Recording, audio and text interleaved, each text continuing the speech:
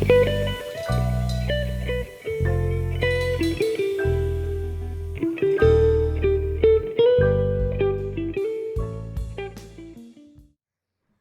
holidays from the Badass Records podcast.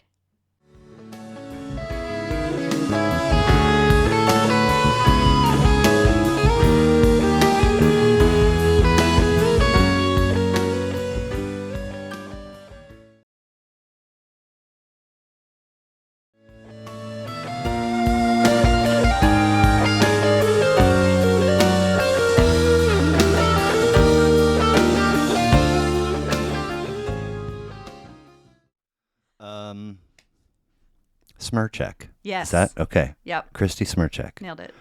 We're hanging out, recording episode 98 of Badass Records podcast and installment 2 of Becoming Swifty. Which is funny.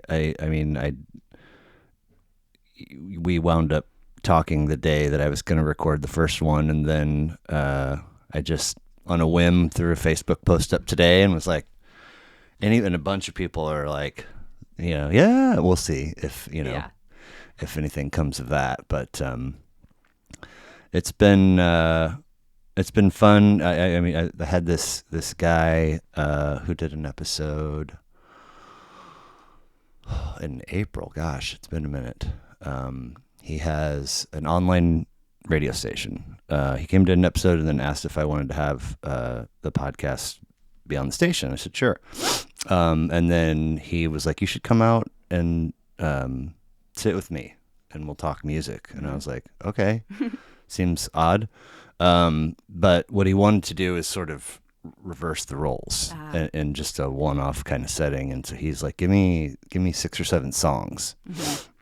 I don't remember if I talked about this with Sophia or not, but I gave him, and their whole thing is Counterclockwise KC is the station, and their tagline is the alternative to the alternative. Okay. So, this is what is happening in my wheelhouse song-wise right now. Okay. And You Need to Calm Down was on there. Yeah. And so he, I sent him my list before our date, and I woke up the day after or the morning after. I sent it to him to a text message that just said Taylor Swift ? It just and I was like, yeah. Yes, and yeah, and so when I went, we talked, and then we listened to each song and talked about it, and I mentioned this was like July, and I was like, man, I've been thinking about doing this thing. Mm-hmm. We'll see if it happens, but he's like, all right, well, I can't believe we're playing Taylor Swift, and then he played it, and he was like, holy shit, that's really good. I know. Like now, it's not on my list, randomly. Yeah. So I have a friend that actually just gave me a pin yesterday that says you need to calm down.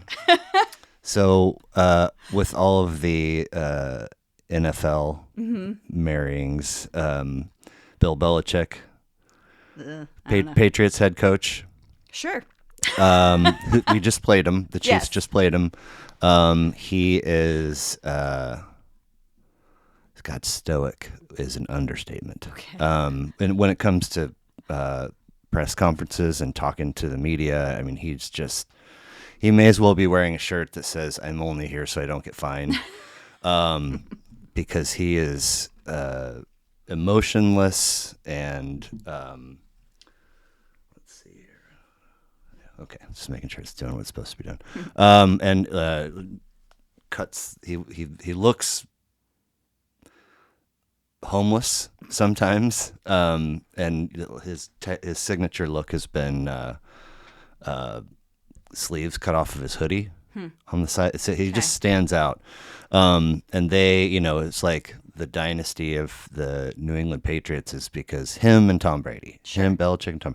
I know that name. Okay, yeah, and so if people, as sports press conferences can tend to go, it's like one after the other, they ask their own version of the same question.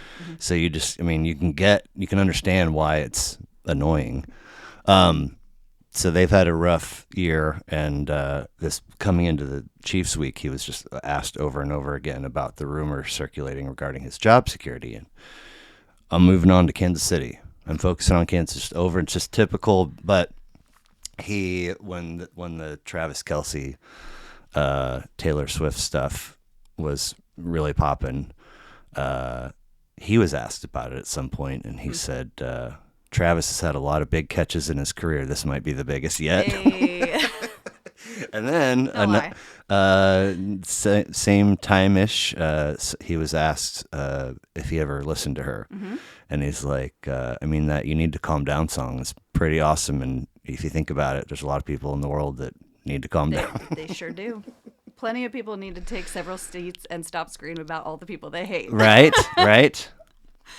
So you are, well, let's see. First of all, we've got a lot to get into, but where I'd like to start is abandon the cultural myth that all female friendships must be bitchy, toxic, or competitive.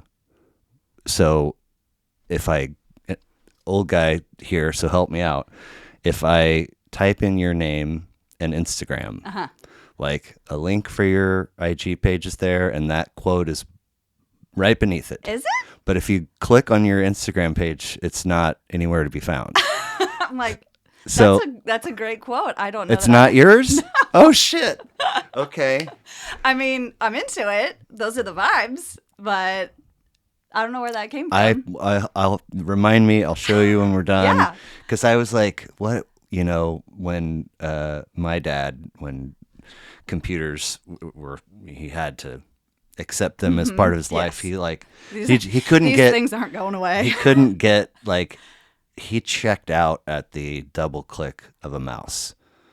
And That's then not gonna get you too far. No, and then drop down menu. He's like, I'm like, okay, we are. So that's why I felt like I was just like, why is it here but not the very next place? It's been a minute since I've Googled myself, so okay. Well, you got a lot of results. All right, there we go. So let's see here. I'm like, I like that quote, but Noonday Collection ambassador. yes.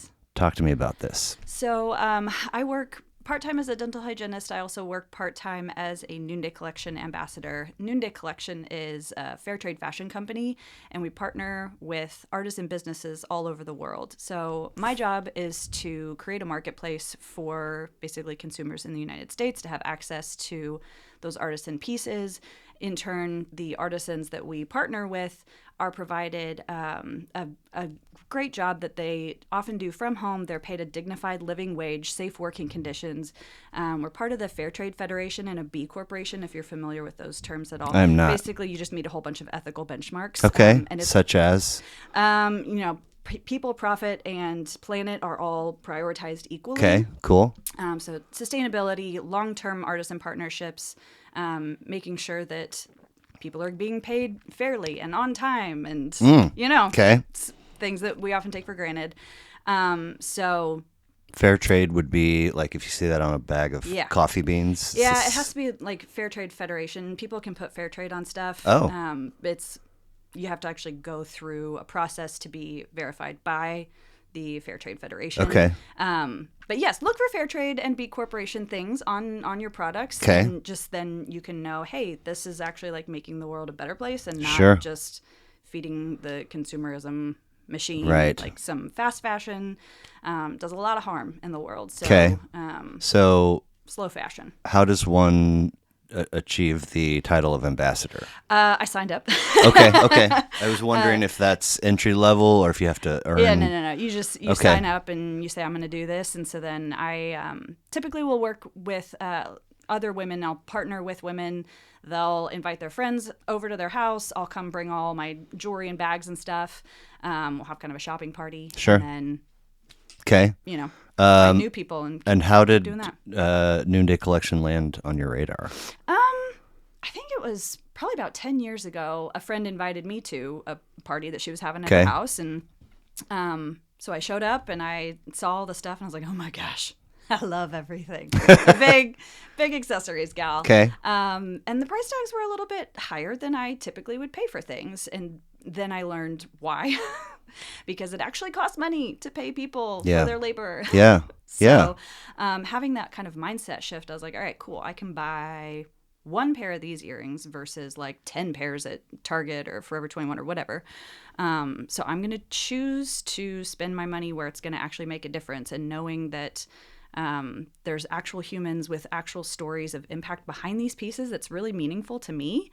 So some of our artisan partners, they work with women in brothels and they are being sexually exploited, and they are, once they have an opportunity to leave that exploitation and go make jewelry instead, that's all they needed, is they needed an opportunity. Interesting. So that's kind of what Noonday is all about. And I've been working as ambassador for 6 years, and I've actually gotten to travel twice with Noonday. Okay. Once to Guatemala, once to Ecuador. Cool. To meet the artisans, see their Sure. workshops, watch them like make the pieces Nice. in person. It's really, really cool. So Interesting that you mentioned brothel and with it comes kind of an implied level of respect that everybody deserves. But oftentimes you hear that word and immediately the connotation is negative, as if this person has chosen this path for themselves and they are therefore inferior. And I think it's important to at least recognize the possibility that maybe not everybody is there because they wanted to be, or because they had other options, so many of them come from rural towns, and then they leave their families that are in the rural places to go into the city and find work. They are told, hey, this is a hair salon or whatever, and then they get into it, and it is not, in fact, a hair salon. And then they are demeaned, and then they are told that they are too stupid to do anything else. Oh, wow. Okay. And they believe that.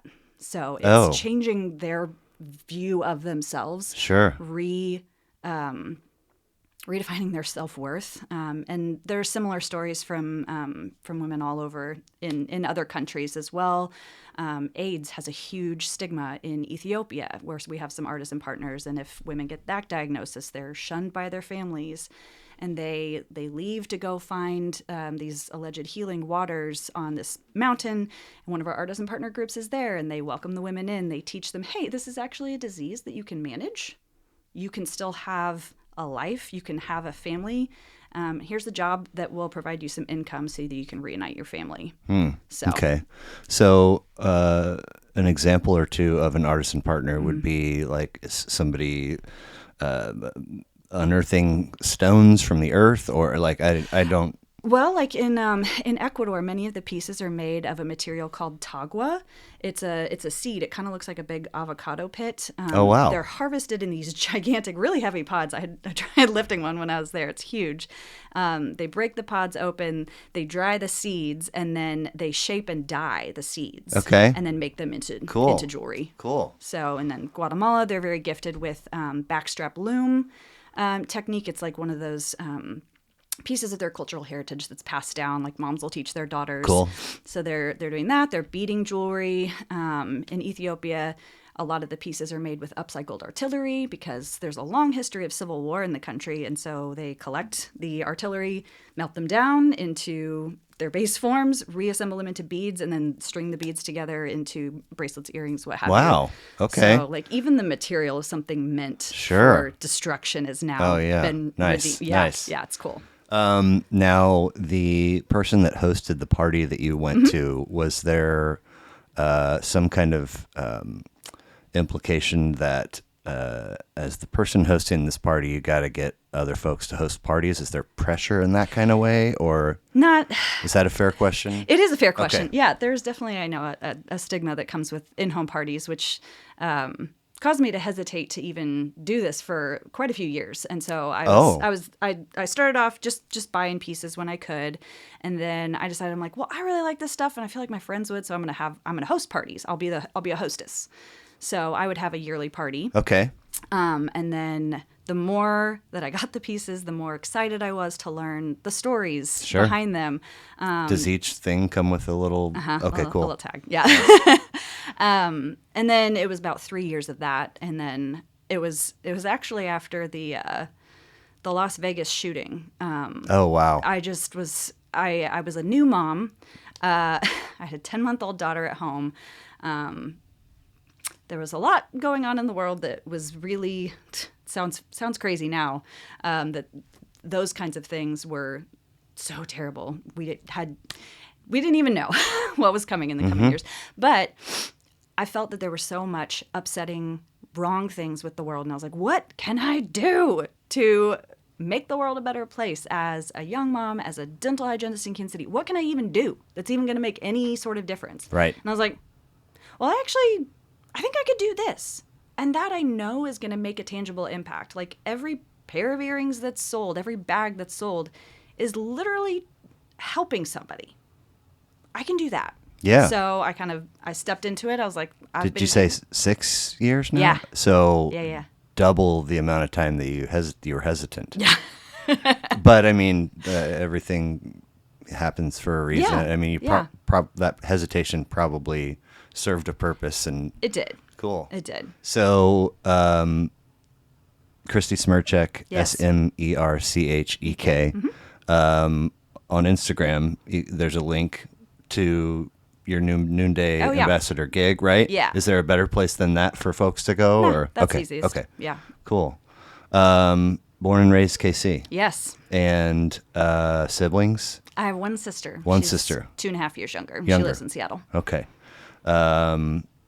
I'm the Cheers to firstborns. Cheers. I have 3 younger sisters, and cheers to babies born, girl daughters born on 12/23. 12/23. What a birthday. Yeah, I am. December, a marathon. Right. Oh man. It's for me. It's always when you wake up the Monday of Thanksgiving week until like January 2nd. Sounds about right. So How old is yours turning? she's turning 13. Okay. And I mean, Betty. I come from a split home. Her mother and I are divorced, so like I have a whole lifetime of holidays that are like multiple stops. So add another generation of that, and it's like, I mean, everything's amicable and doable. Right. My biggest struggle, and this is not exclusive to the holiday season, is just time every year just goes faster and faster, and it's like, I can literally wake up that Monday of Thanksgiving week and be like, you got this. And then all of a sudden it's like, fuck, it's December. I don't got this. Yeah. So we have, so there's obviously hosting that has to happen around Thanksgiving, but then we have a neighborhood deal for Advent. So every Sunday in December, somebody's hosting people for soup. If you're the host, you make soup, and it's like salad, cool. wine, dessert. Nice. So there's that. One of my sisters is December 11th for her birthday. I'm December 16th. Okay. My daughter is 2 days before Christmas, which means, as you probably have come to learn, that she will never have a birthday celebration on her birthday in school. Not in school. So it's like, So we're bound and determined to celebrate it with our family. so we did family brunch Sunday at her mom's, and then she's having her friend party Saturday on her actual birthday. Okay. See, we did it last weekend. Okay. 'Cause I wanted to, before people go out of town, and Yep. And then it's like, we do too. it's we like do before and then the family. we took treats to school yesterday, so it's y'all can still do that? yeah. Oh. For your birthday, yeah. Oh. I mean, you're supposed to have some awareness if there's any kind of allergy in the room. But anyway, it's sort of, so there's all these dates, and then it's like, oh, we're doing that today because we can't do it, a lot of scrambling anyway. But she's the best.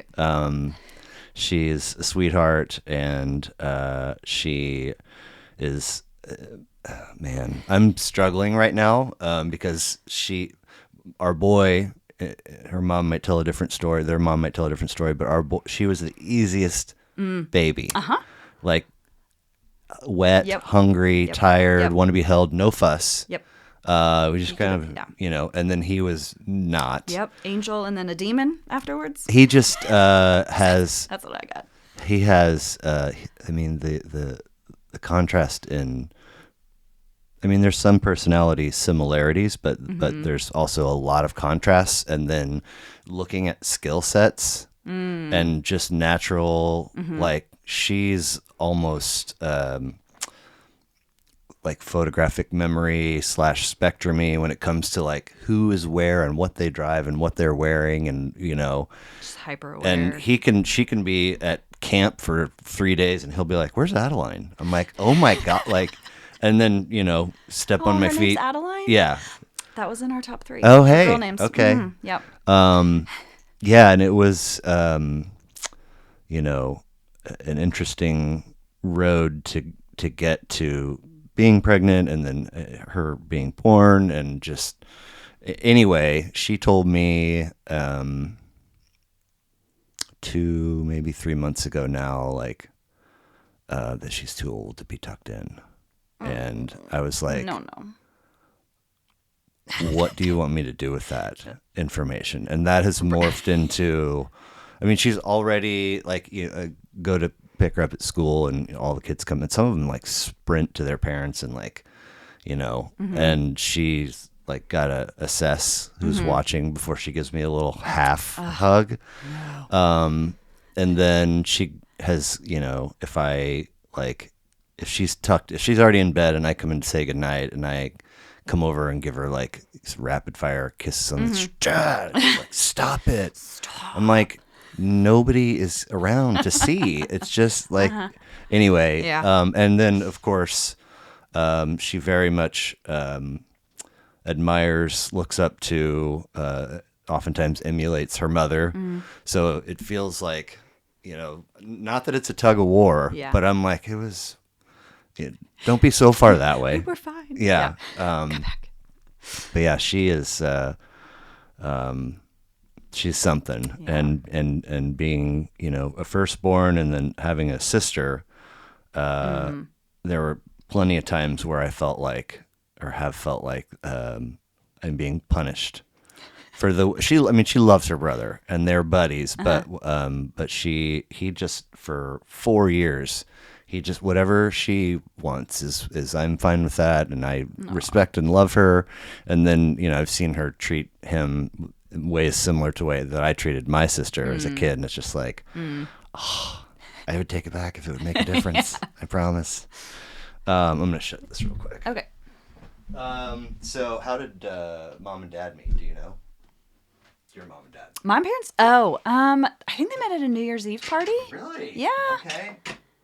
Yeah, I think that was the story. And then dated very slowly. Okay. Like, dad would call my mom up and ask her out on a date like once a month. Oh, wow. For a while. Okay. Yeah. She didn't really think it was going anywhere, and then he invited her to be his date at his twin brother's wedding. Okay. So she's like, oh. It's a little bit of a leap. This is like a relationship. Right. Okay. I was not on that page, but I can get there. Yeah. And then I think they dated for, I don't remember how long. But he proposed on her birthday, December 12th. Okay. So still in that December. Yeah. Yep, kind of thing. And they have been married for, how old am I? 30, nope, 40-something. 40-something years. Wow. I think. Okay. And here locally also, or? They live here. Okay. Yeah. Now, when you were young, were they folks that put on music to listen to in the home? Sometimes, it wasn't like thinking back, it's not something that I'm like, oh yeah, we always had music playing in the house. We had, I think music in the car. I remember a lot of like tapes being played in the car. But I don't remember like much radio or anything. Interesting. Yeah. So nothing that would eventually spill into what you were into as far as stuff that they liked? Probably not. No? It was Okay. mostly Christian music. Okay. Like, mostly like Christian radio, Bible verses on tape kind of stuff. That kind of tape. Mm-hmm. Okay. Yeah, it was a whole thing when I started to listen to secular music in elementary school. Wow. That was a whole thing. And is that still how they roll? Or are they still pretty high on the Christian? Okay. Yeah. Okay. Yeah, kinda. But and is that part of your fabric too, or are you like it's whatever, or did you shun it, or? My Christian faith looks very, very different Sure. than it did when I was growing up. Okay. So I went to private Christian school growing up. And, church and youth group and all that kind of stuff. And then went to public high school here in Kansas City, Shawnee Mission East, starting as a sophomore. Are you in? Class of 93. Hey! Lancers. 06. Okay. Yeah, I was gone for a minute. Yeah. I did a whole other K through 12 after I graduated before you were. Anyway. So yeah, went to public school for the first time as like a 16-year-old, Wild. Yeah. Yeah. And why the switch? Money. It was too expensive. Yeah. My kids are in private Catholic school. So high school is around the corner, and it's not been cheap so far, and it's going even worse. Yeah. So that had to be a bit of a shock. It kind of was. My best friend that lived across the street from me, like, always went to public school, and so I had a close friendship with her, and so I had gotten to know some of her friends, so it didn't feel too bad going in because I already kind of had a group of friends built in. But I'm very much a people person. Okay. I'm very much I call myself a recovering people pleaser. Oh, good. That's a good thing. I mean, there's nothing wrong with pleasing folks, but if that becomes sort of who you are, you need boundaries, though. Yeah. Boundaries are great. So that's something that I've kind of been learning since then. But I think that best friend across the street was definitely an influence into some of the music that I listened to as a preteen, young teenager. And when I too would record songs off the radio onto a cassette tape. I mean, I heard you guys talking about that. Yes. I forgot about that. Yeah. Yeah, because you'd have to time it just right. Because you're like, okay, they're going to play. They would like announce what song they were going to play. And you're like, okay, got to get it all ready. Sometimes. Ready to hit record. Yeah. And then they'd talk. Yeah. And you're like, stop it. Yeah. Shut up. This is not what I wanted this tape to sound like. So. You're in this position because you do have the skill and you are clever and you jive with whatever format the radio is broadcasting, but cut your voice from the song. Don't overlap, because that doesn't, you lose cool points every time for those of us sitting. Right. I don't want that on my tape.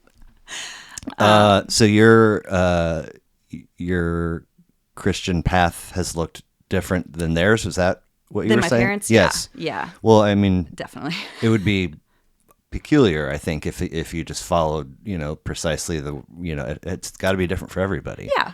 Yeah. I say there's a lot of unlearning that's happened. Okay. So, I hated. So I really only went to Catholic school for first grade, and then through second through eighth, maybe longer, it was CCD. So it's like evening faith learning class. Oh, okay. For those of you Catholics that are no longer attending private school. Okay. And it was just like, God, don't want to do this at all. And then eventually, we would go to mass. We wound up pretty quickly going to Saturday evening mass, like 5 p.m. Okay. Get it out of the way. It's like, what a weird way to, and dress was casual. Oh, that's nice. So we go from that to like ultimately talking our mom into leaving at communion. So it's like we do the thing, but then we don't need to listen to the last 10 to 15 minutes and catch the song, and and then eventually we wore her to, like, she would be at our bedroom doors screaming if we made the commitment to go to Saturday evening mass and then bailed for social plans or whatever. And it's like, okay, well, now we're going Sunday morning. And eventually she just wore down and gave up. And then in college, I'm like unlearning, detached, curious about the upbringing, and have sort of come full circle to recognize that there is there's some interesting social justice and charitable and helping. So I don't know where I'm in, but I'm out. Yeah. Sure. And I'm glad that I'm glad we're exposing them. Yeah. So that at the very least they can say whenever the time comes, it's not really for me, or it is, and I'm going to continue. And anyway. Yeah.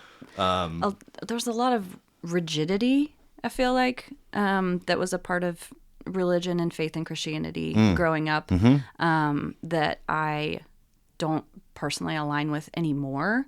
Like sometimes I can see, the heart behind something, but then how it actually played out in real life being super harmful. And so learning to kind of find maybe more of a middle ground on some of those kind of things. Yeah, I get it. But yeah, I don't listen exclusively to Christian music anymore. And it's Mom, I can't find a car with a cassette player anywhere. So yeah. they didn't do like Amy Grant or some. Oh yes, Amy Okay, Grant. Amy Grant, Twyla Paris, Point of Grace. Okay. Gosh, what were some? There was a rock outfitter, Mr. Mister. Do you remember them? I remember the name. Okay. Their Their biggest were Kyrie Eleison and then Broken Wings. That sounds familiar. Okay, I'm okay. sure I'd recognize it. Yeah. Yeah, no. Amy Grant's Christmas album is actually still my favorite one. Okay. Because all it's right. just so nostalgic. Sure. Yeah. You can't unlearn that. Oh yeah. So then where do you wind up taking your first step down carving out that musical path, taste of your own? Like, is there a first album that you heard with a buddy or bought or was a hand-me-down? Oh, I think my first album that I purchased probably with my own money was NSYNC's self-titled album. No kidding. Yeah. Okay. And Back what? when you had to choose a camp between like Backstreet Boys and you could appreciate both, but you had to plant your feet solidly in one camp. I was an NSYNC girl. Okay. I also bought the Backstreet Boys. Sure. But so pop music was definitely my first Right. intro into like, oh my gosh, this is so fun. I love this. Right. So listening to radio stations that mostly played pop music. I also listened to a lot of oldies, like Okay. oldies 95. Heck yeah. Was my jam for a long time. Yep. A long time. When my folks split, my dad moved out and one of my mom's sisters moved in, and just strangely, they went. So we're living at 83rd and Lamar. Okay. And my kindergarten was like one block. John Deemer? No, Oh. it's been when my kindergarten year ended, so did that school's run. So it's you shut it down. Yeah, it's been like a Jewish community center of temple of sorts for a very long time. Okay. My preschool was right over there. Okay. Bethany Lutheran. Yeah. Right off Somerset. Yes. Yeah. That's So where I grew up. Yeah. my aunt moves in, and she and my mom go and buy basically matching vehicles together. A pair of 81 Toyota Tercels. Mm-hmm. Good car. And my aunt coughed up the extra $200, whatever, to have FM radio. My mom did not. So we had So she had the fancy version. 71 WHB, which is what would become Oldies 95. Oh. So Right. like, I mean, and it, I don't think we ever changed the station. Yeah. So by the time I'm, I don't know, 7, like I've got all the words to all the oldies songs hardwired in. Yes. And I mean, I loved them. I absolutely I loved did the too. oldies. Yeah. And in fact, I only, since starting this, learned. I always thought WHB were the call letters. World's happiest broadcasters. Oh, that's precious. Why? Because they're playing oldies for people. I don't have any idea, but that's my guess. I've always liked music that well, not always. Sometimes I like music that makes me sad. Most of the time I like music that makes me happy, and I feel like oldies is definitely For sure. in that category. NSYNC's biggest hits were... I'm sure it was Bye Bye Bye. Okay. No Strings Attached. Now, who did I Knew That I Loved You Before I Met You? NSYNC. Okay, I thought so. I thought so. Which I'm pretty sure at one point I wanted that played at my wedding. So did my mom. Like, I moved back to the KC area in 2000, and it was out. Yeah. I wasn't aware, really, because I was in a small town in Colorado. But I moved back to pursue a relationship, and she was like, "Let me take you to Target or what?" She bought me some things for the house, and she was like, "What do you think about this?" And I was like, "Turn it off immediately." And she's like, "No. I think that this will be the song." I'm like, "Turn it off!" Like, and it's not terrible, but just who I was then. Totally. I was like, "Boy, man, dude." Yeah. No.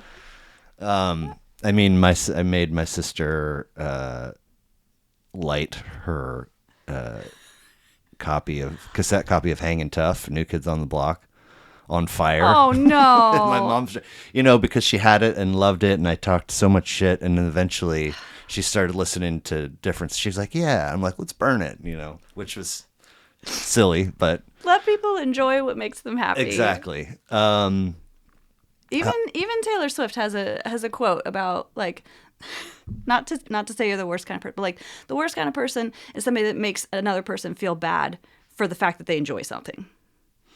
I've definitely been guilty of that in the past. I'm sure we all have. Yeah. We've all been pretentious at times about things. But If somebody could have, if I could have, like, at 16 opened a fortune cookie that said "Don't yuck the yum of others," I would have been like, "Oh, I guess I'm going to be this kind of person." But instead, I walked this way forever. Like, I'll mind my business. Yeah. Yeah. When people tell you to mind your manners, that's part of it. Yep. Don't be... Anyway.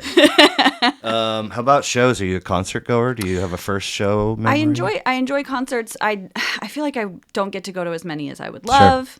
Sure. First concert? Mm-hmm. I think my first concert was that I can remember. It was the Presidents of the United States, and they played in a parking lot in Westport across the street from what is now Char Bar. Okay. It was free.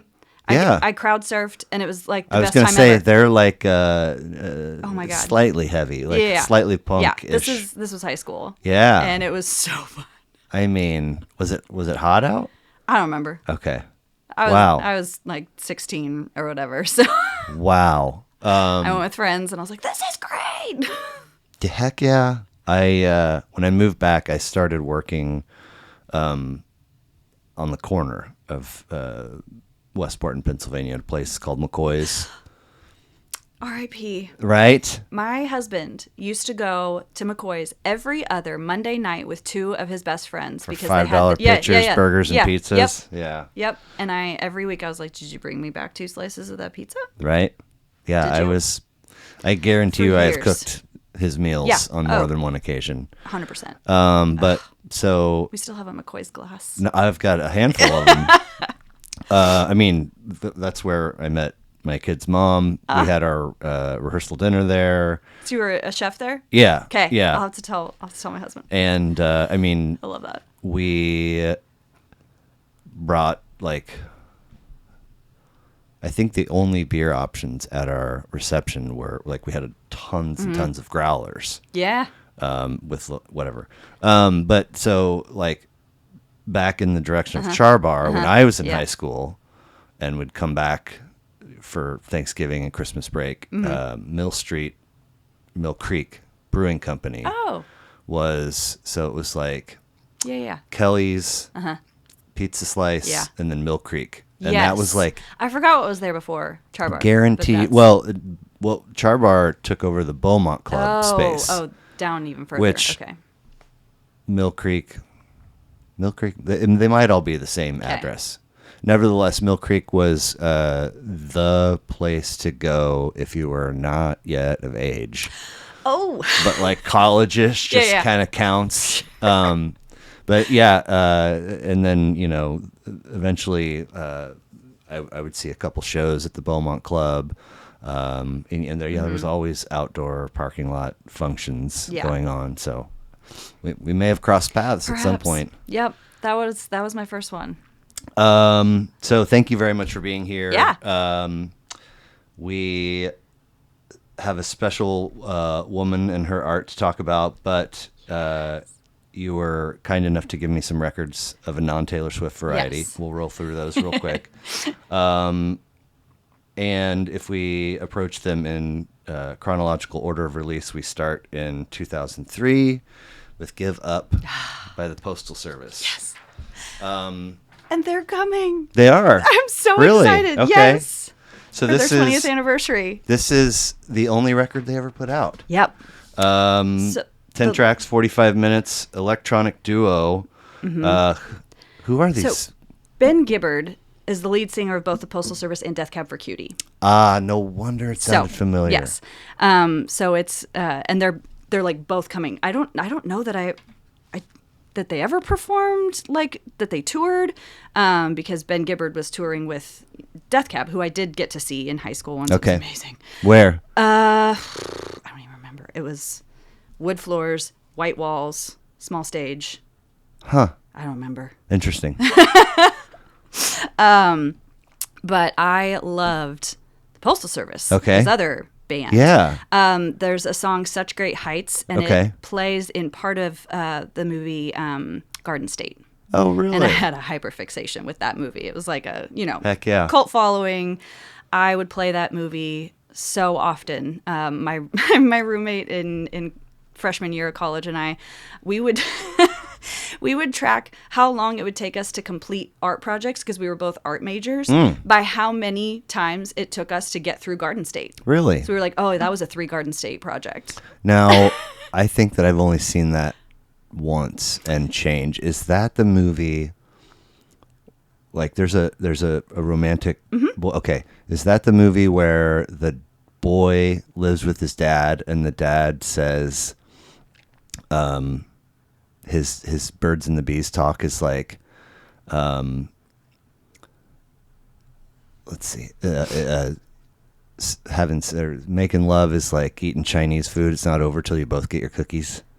Is that movie or no? I can't remember that line from it. Does the boy? It's Zach Braff and Natalie Portman. He goes back home for a funeral and he's like super depressed. And then he meets Natalie Portman, who is the encapsulation of the term manic pixie dream girl.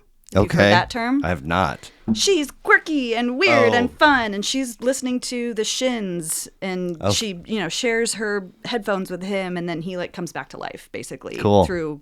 So does he live with his dad? No, he like lives on his own. Interesting. Okay. Well, it's like Garden State, Almost Famous, and there's another one that sort of have this like same vibe. Well, appreciation for music. Okay. Because Garden State has a heavy, like, music is an important piece. Okay. Yeah. So it must be that third movie that I am failing to recall. Nevertheless, you would measure how long you're. Where is college for you? K-State. Okay. Yeah. I hear veterinarians, teachers don't hear art too often. Yeah. And maybe that's just I haven't been exposed to folks that have done it, but that was an intentional, like, I'm going here for this program. Or did you? If I'm honest, I went more for the vibes. Okay. It was between KU, K-State, and then this other small school in Arkansas that was actually it was a Christian college, and it was kind of what my mom and dad. Here's a great option. Would you look at that? Look at that one. And I was bound and determined to like KU best because all my friends were going there. And I'm, again, big, like, I want to be where the people are, to quote Ariel. Right. And so I really thought I was going to go to Ariel. KU Yeah. and, hang out with all my friends. And my mom's like, okay, well, we're going to tour all the schools and you're going to figure out which one is going to be the best fit for you, not based on anybody else. And I was like, that's going to be really hard because I make all my decisions based on what other people do. But this one I made for me. And it was the best decision ever. Now, KU and K-State both had decent art programs. Okay. The art building at KU depressed the hell out of me. Oh, really? So that was part of it. Vibes. Yeah, the vibes. So then touring K-State, everyone was just really friendly. I really liked the campus. It was one of those, it sounds cheesy. I'm like, I could picture myself being here. I can picture my life here. There's a lot of value to that. Yes. So I started off in graphic design and then changed my major to ceramics, actually. Okay. So I have a bachelor in fine arts ceramics from K-State. Nice. As a dental hygienist, let me tell you how well it's serving. No, I tried teaching. It was not a good fit for me. And then the only paths forward were either to market myself as an artist, go into production pottery, or to keep going with academia and either like get go to grad school, or there's different residency programs. And again, I chose not to, kind of because of the vibes. The people that were in those art programs in higher academia were not my people. Okay. Talk about pretentious. Well, I mean, you could talk about that, but I think you could also talk about a level of self-awareness for you, knowing that at a young, you're still pretty influenceable and malleable, even if you're like nearing the end of getting your undergrad. Yeah. So that, I mean, kudos to you for being like, it's not going to be a fit. It's so I really thought I would enjoy teaching. I tried it at a small level, just at a community arts center, the year after graduation. I hated it. Which did not require you to get certified. No. Okay. Yeah. I was like, I can do this with a bachelor's. Did not enjoy that. Okay. So then I was like, okay, maybe other career options. Right. Where is it? It's around here somewhere. And as a weirdo, I've always loved getting my teeth cleaned. Okay. So one day, shortly after that, I asked my hygienist, I was like, hey, do you like your job? She's like, oh, yeah, I love my job. It's great. Oh I have, I got 2 kids. I never miss a soccer game. It's one of those, like, I go to work, I do my job, and I can leave. I have a fair amount of independence. Like, and then, I love my patients, you get to know them. And that was something that I really thought I would enjoy. I'm like, ooh, I'll get to like build relationships with people. Even if it's every 6 months, right. Like if you like your dental hygienist, you probably will like tell people about it. Like, oh yeah, I really like my hygienist. Like I really like my chiropractor. Yep. It's a good dude. So yeah. So now Took like, a swerve.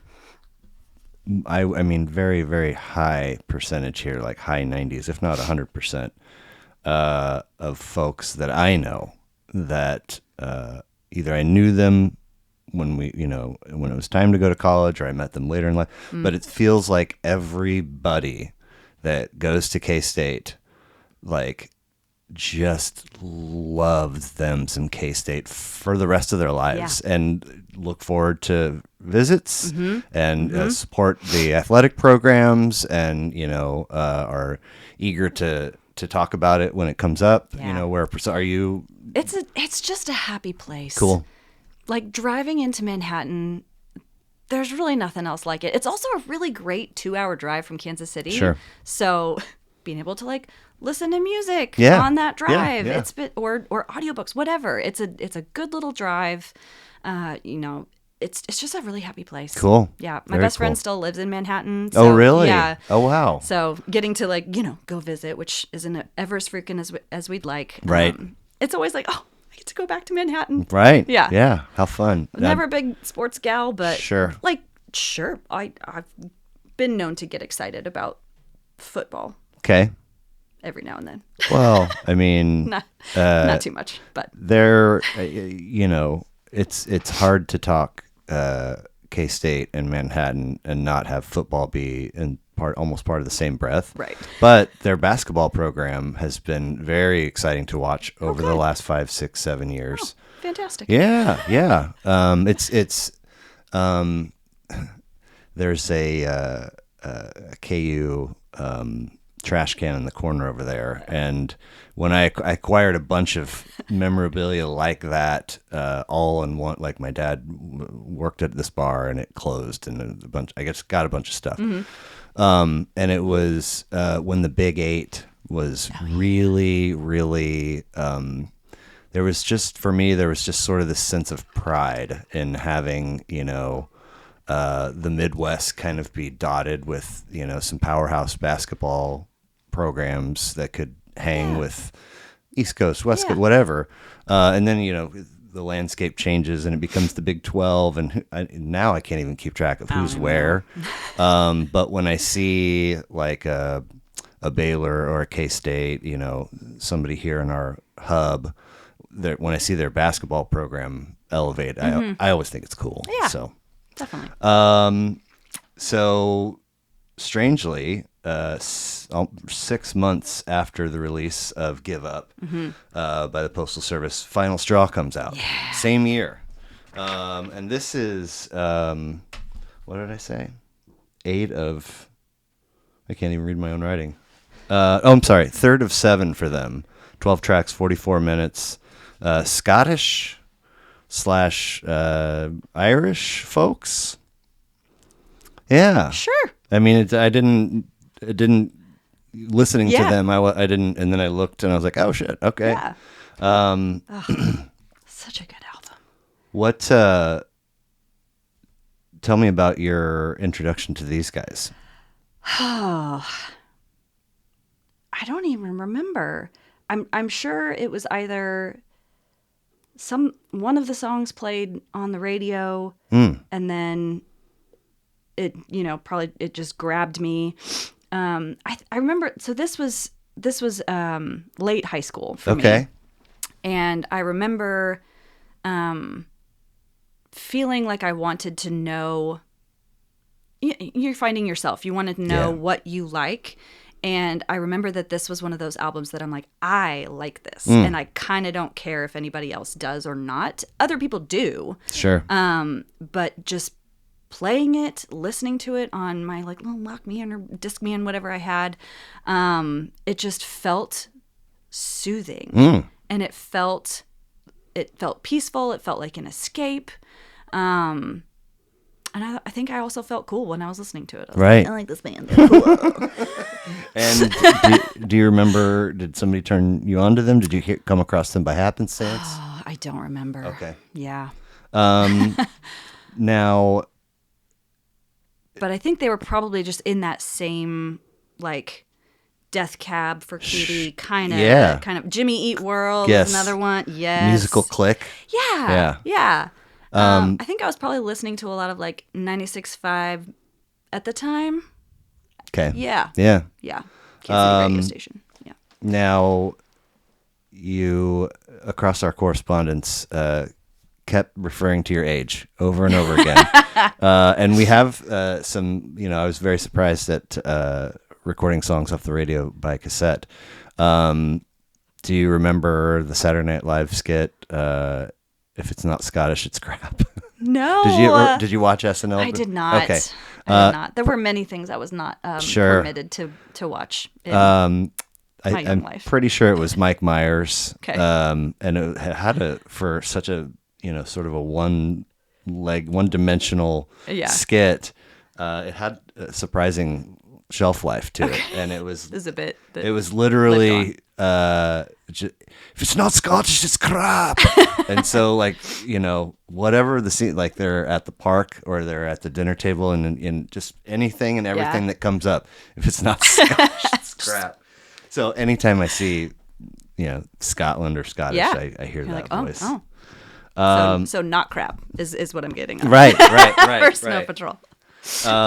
Great. So that fits that they would be sort of in that mix. The other thing, prior to learning where they're from, I see Snow, Snow Patrol. I see the word Snow as part of an artist's name, and I immediately go to the White Rapper, Informer.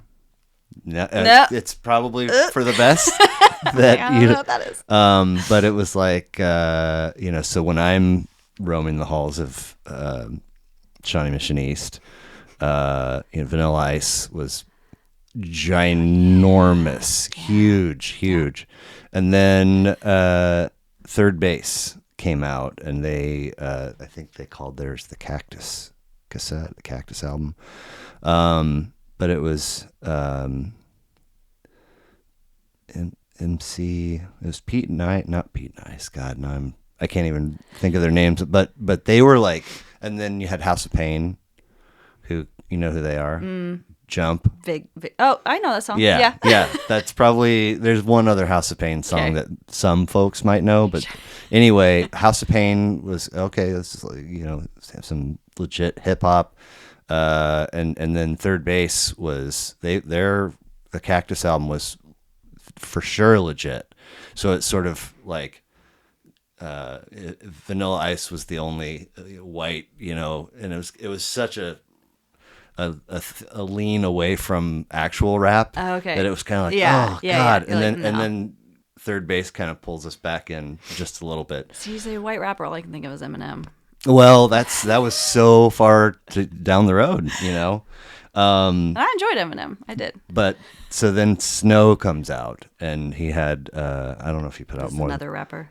Yeah, Snow, the white rapper, and he had I seem to recall fuchsia tracksuits and just you're like, cringe. oh God, did you see the effort Third Base did to sort of bring us back, and you just pushed us, and set us back a bunch, bud. it was it was a catchy number, but after every other line in the refrain, he would say something along the lines of, "I lick you boom boom down," which was just no.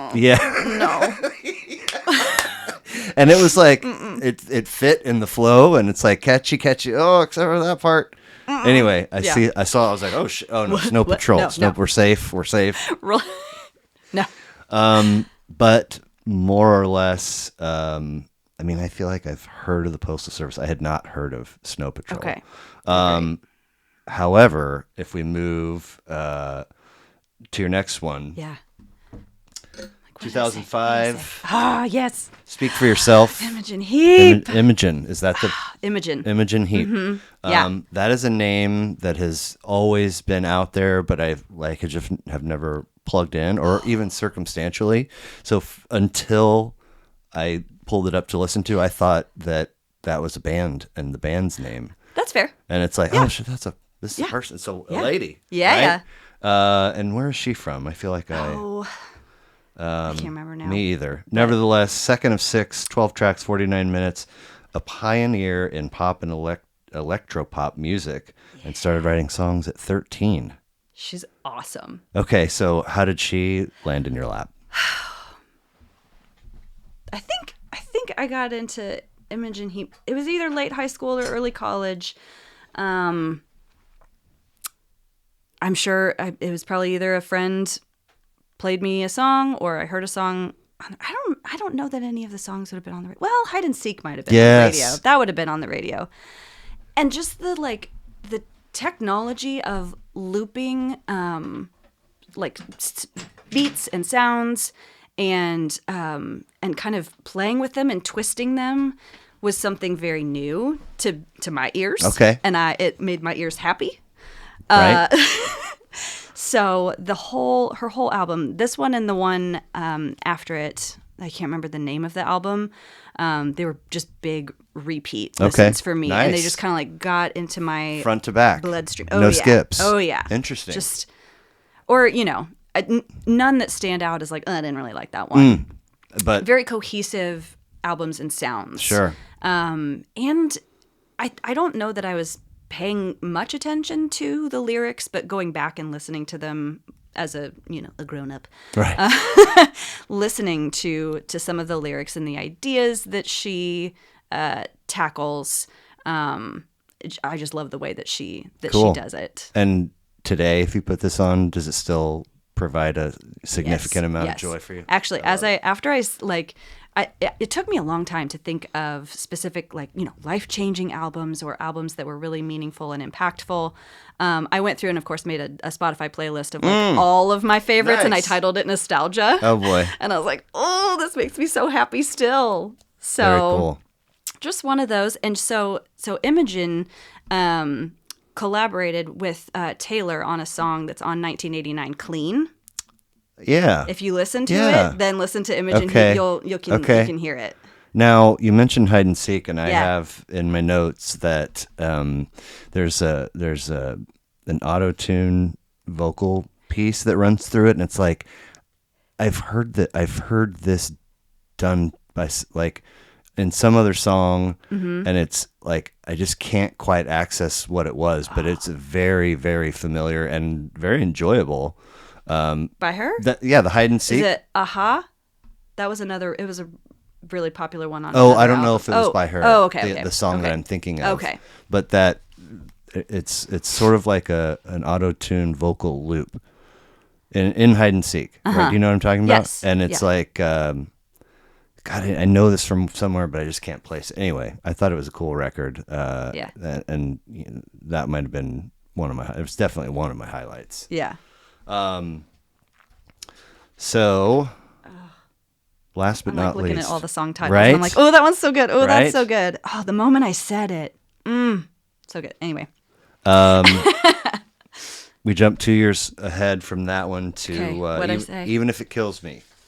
Oh, yes. I don't think I printed the correct artwork, but No, this is it. well, I thought it was it, and then I was seeing more caricature-like depictions of the couple. Oh, Like, this is what I had on okay, my perfect, iPod. perfect. Okay, So this nice. is what I associate with. 36 for album. them, 13 tracks, Yeah. 43 minutes out of Minneapolis.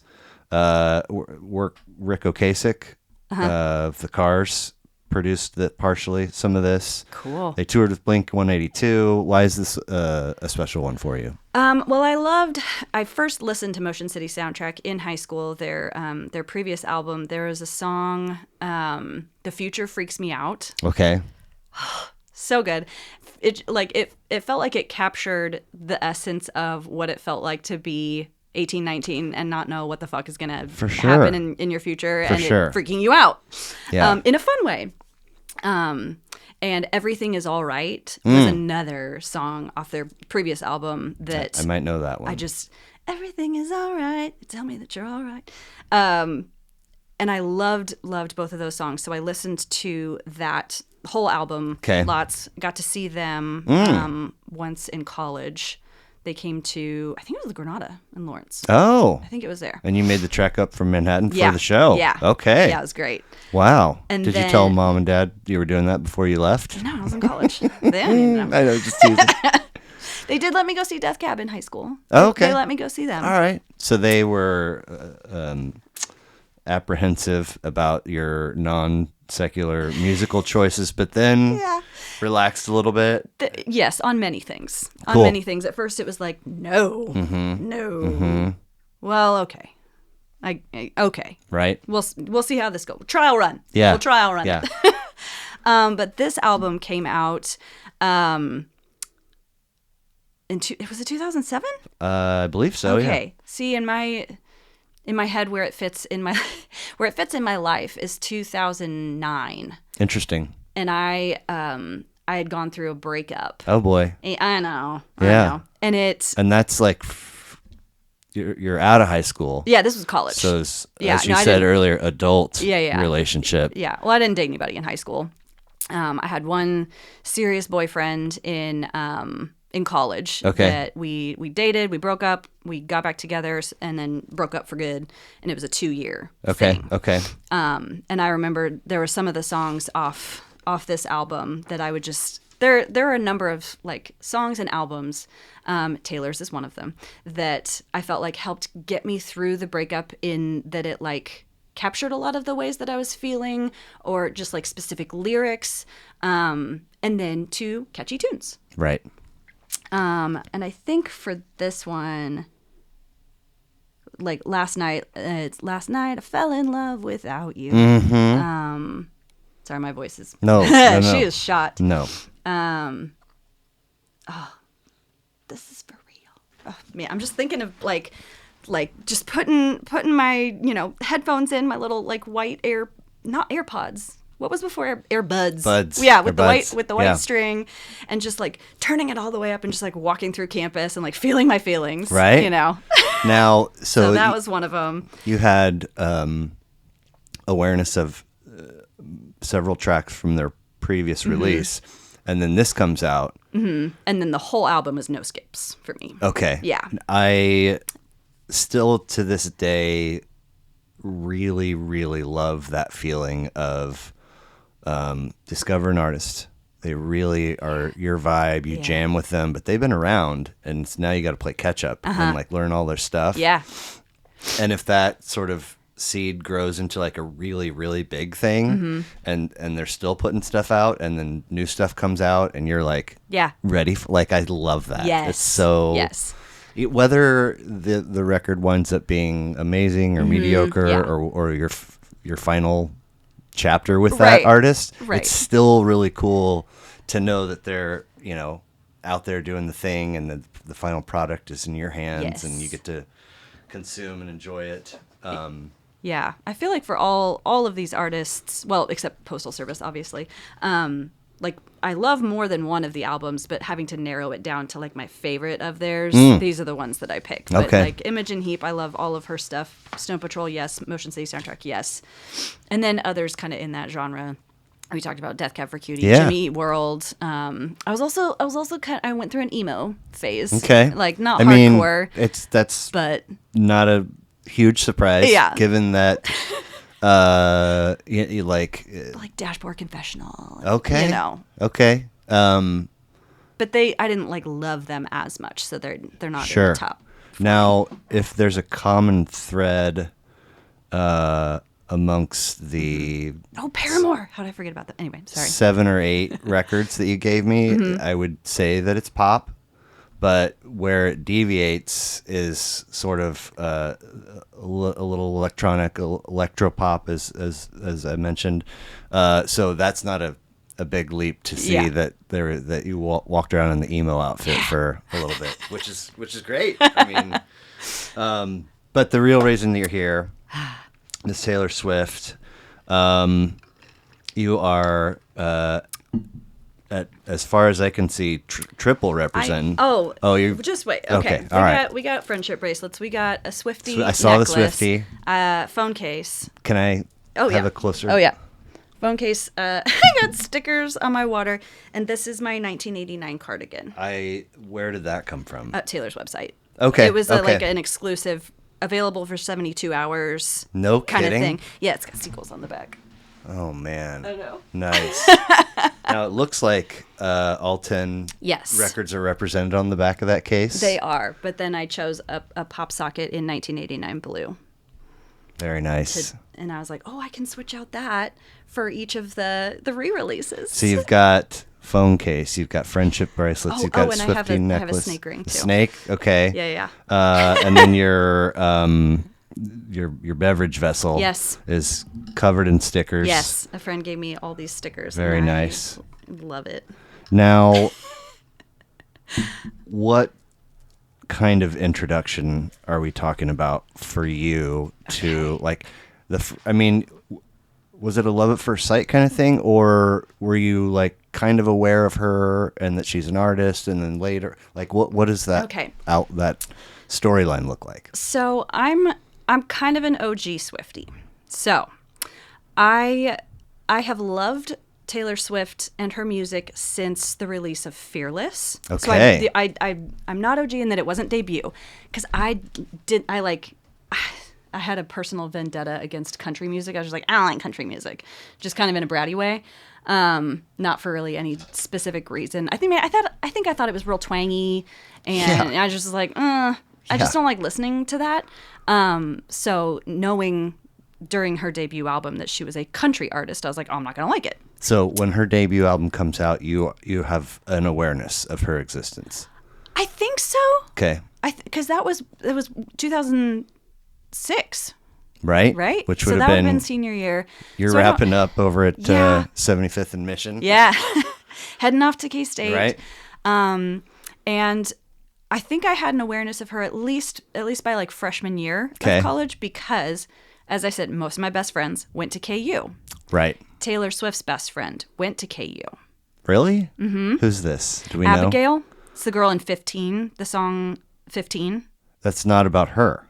It's not about Taylor. It's about her and her. So she's like, you sit next to a best girl named Abigail and soon enough you're best friends. Okay. That's okay. an actual person. They're still friends. She was just at her 34th birthday party. Okay. Anyway, Abigail goes to KU after, she and Taylor both graduate from high school. So maybe it was more sophomore year of college. So Okay. maybe because I think it was right around when Fearless came out.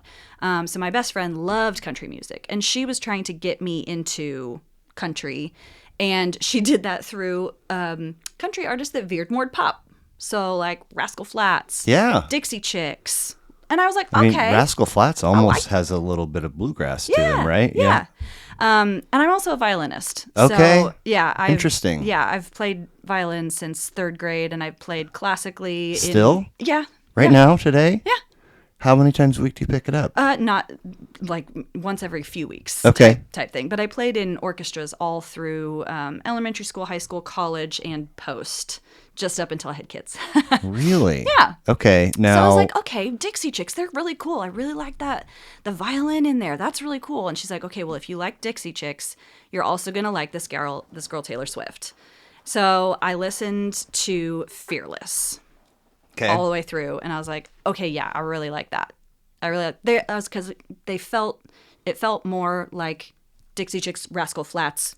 Fearless is the Poppy follow-up country. to self-titled? Yes, it's her second album. Yes. So, And 15 is on that one? Yes. See, I mean, as far as each album goes, Yeah. I'm still many listens away from knowing all the lyrics and all the stories. But it takes a while. 15 is one of those where I don't typically stick around because the vibe that I get is whoever the person is, like, you should have better known better. Yeah. Kind of, it's like, oh, I don't know what's happening here. 15's usually a skip for me. Okay. Okay. But again, I feel like it depicts the feeling of being a 15-year-old girl and like trying to find your place in high school, which is For sure. overwhelming. And there's guys and you just trying to make friends, trying to get through. You're going to be here for a while. So you got to like find your place and figure out who you are in this setting. Yeah. That's kind of what 15 feels like to me. But yes, Abigail's a real person. So And the song is about the way a dude treated Abigail. Yeah. Okay. Mm-hmm. And I think Taylor as well. She probably, dated. But the main story is kind of the, she gave everything she had to the boy on the football team and he changed his mind and we both cried. Like that's the lyric from 15. Meaning he decided he wasn't interested in her? Yes. Okay. And breakups, Yeah. honestly, at any age are devastating, but especially when it's like, she's like, oh, I really thought I was going to marry him someday, but I realized some bigger dreams of mine. That's what Taylor's saying. So, like, about her own self. Sure. But my friend that went to KU at one point saw that Taylor Swift was coming to KU to visit Abigail. And so she was like texting me pictures. She's like, look, I see Taylor. And I'm like, oh my gosh, that's so cool. So I remember that being like a moment for me of like, oh my goodness. Yeah, she's a real person. She's visiting her friend that she sings about in a song that I know. In a town that I know. Yeah. And my best friend's there. Right. She saw her. That's hilarious. But didn't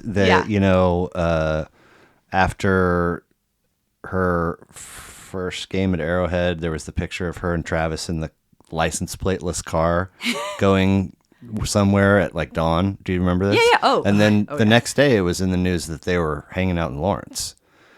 And there was after the first game, they went to Prime Social on the plaza. Okay. But the next day?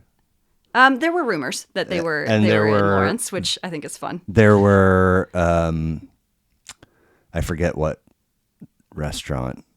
There was a picture of the outside of a restaurant or a bar, and there was just a bunch of people standing there with their phone because they thought they heard she might be coming Right, there. right. I don't think anything. I never saw any pictures of them in Lawrence, but I heard that they might be hanging out in Lawrence, which is kind of cool. 'Cause Yeah. she said in interviews, like somebody one time asked her, she was real young when this interview happened.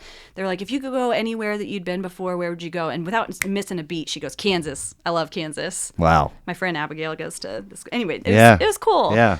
But yeah, and Fearless for me was the album that like first hooked me. Okay. And it was also one of those albums that like helped through a breakup. Sure. I remember playing it front to back multiple times driving to visit my younger sister. So this would have been my junior year because my sister went to Missouri State, which was like, 2.5 hours the other way. So I drove from Manhattan to go visit her for a weekend. So like, 4 hours or whatever, and just like playing Fearless a whole bunch, like learning all of the lyrics, like White Horse, Forever and Always, You Belong With Me, Love Story, just Fearless. It's a great album. It's great. So that's where I first got hooked, and then was aware of and excited about and listened to each album following. Okay. But then like, I don't know, something shifted for me. 1989. Well, hold on a sec. Do I have this right? No, I have Speak Now. And Speak Now is number 3, Yes. which comes after Fearless. Yes. So that's exactly what I'm talking about. So self-titled comes out, you have some kind of, but Fearless, you get dialed in. Yes. And you're a fan. I like this. But I was still kind of like, well, she's still kind of country, and I'm like not fully on board with country. And then Speak Now, it's labeled as a country really? album. It does not feel like a country album. But it was like, well, the departure for me, it's Red. Like officially when she was like, anyway. Self-titled to Fearless, the departure from country and from 1 to 2 is huge to me. Oh, for sure. So by the time we get to this, I'm like, that's all. It's you can't erase your roots. Yeah. But it's not really. I'm not really picking that vibe up anymore. Anyway. Yeah. So you just talked at great length about Fearless, but Speak Now makes your top 3 over it. It does. Yes. And so this is 14 tracks, 67 minutes, number 3. 14 tracks originally. Right. And so 20 tracks now. And you'll see this when we get to your next one, but I need to reprint and re-list songs because I had a decent awareness of Taylor's version before installment 1 of this series. Yes. And now, like, just this weekend, the youngest of my 3 younger sisters is saying like she wants to come do one of these, and she sent me. She's Swifty. Well, she is. Yes. She is. But she sent me a song Saturday night, and it took me to the initial release version. Oh. And I said, time out. If there's Taylor's a version Taylor's is available, put that on your phone and delete yes. this. And so I have some printouts that have artwork from the original. I'll replace them at some point. It's okay. But I don't know if you picked up on this in my conversation with Sophia, but I feel like this one gets talked about very little. And I'm still becoming a Swiftie. Yes. So I don't have access to all of the. I may be wrong about that. Maybe you can. I've heard both things. With each of the re-releases, honestly, I feel like, Fearless and Red being the first 2 re-releases, and also not happening during the Eras tour, got way less hype. Right. And Taylor has voiced that she didn't even know if people were gonna be into it, if they would just be like, why are you re-releasing your stuff? And she kind of was like, this is a personal thing for me. I'm reclaiming what is mine. Right. And I don't know if people are gonna support that or not. We'll find out, but I'm gonna do it. And I feel like especially, those first 2 did not get a ton of hype. So I feel like of the re-records, Speak Now got a lot of hype because there was hype the night that she announced it. Okay. In Nashville. Well- like, this is coming, and then gave us the date. And I got to attend the Eras tour on the night that so it was July Come 7th. on. It was Look at that. July Hold 7th. on. Time out. Just for clarification, I meant when I enter this world, Okay.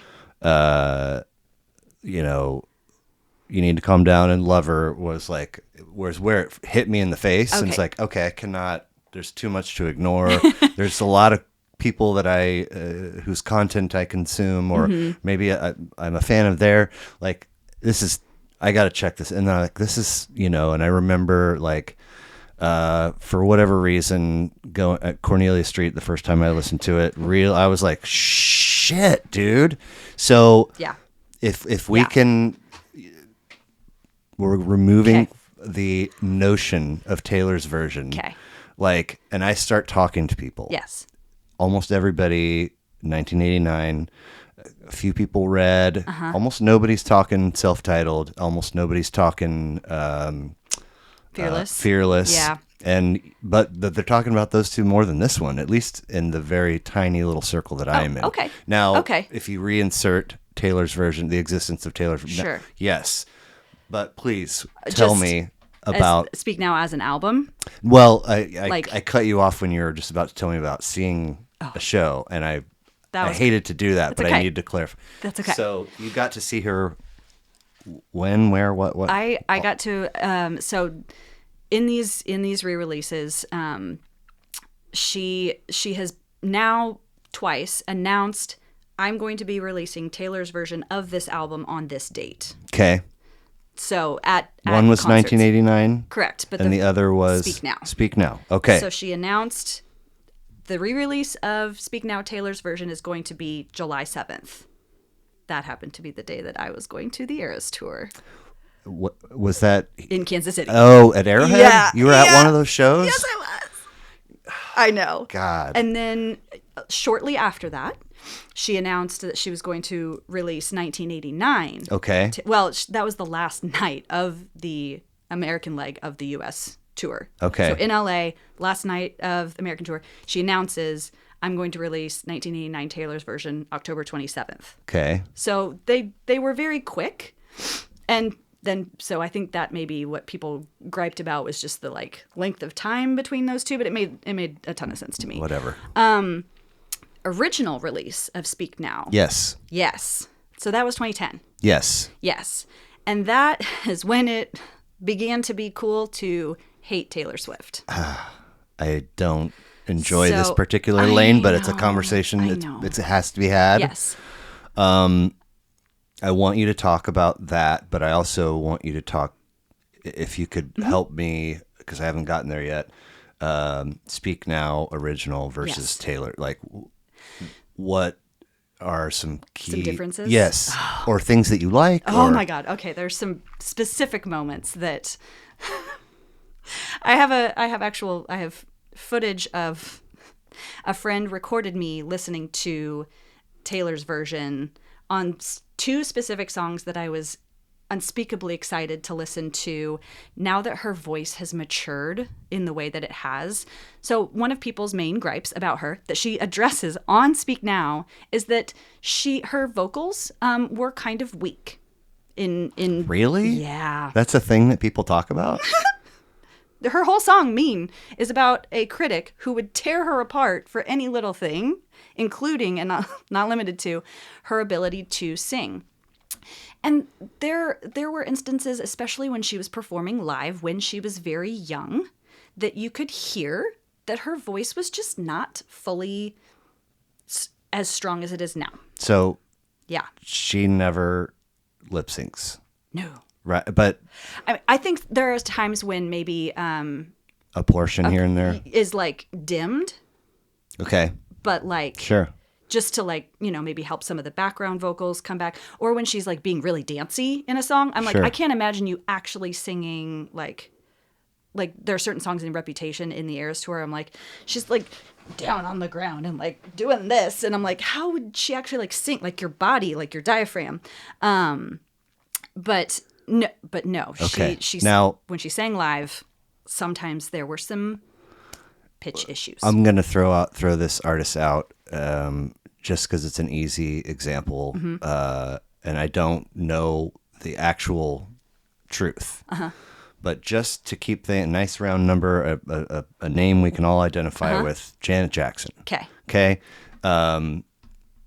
That is what she did and does on stage is not for humans, either seated or standing upright, playing an instrument, or even just a vocalist. Where that is, you don't have to divide or compartmentalize your focus. That's your one job, is to sort of now.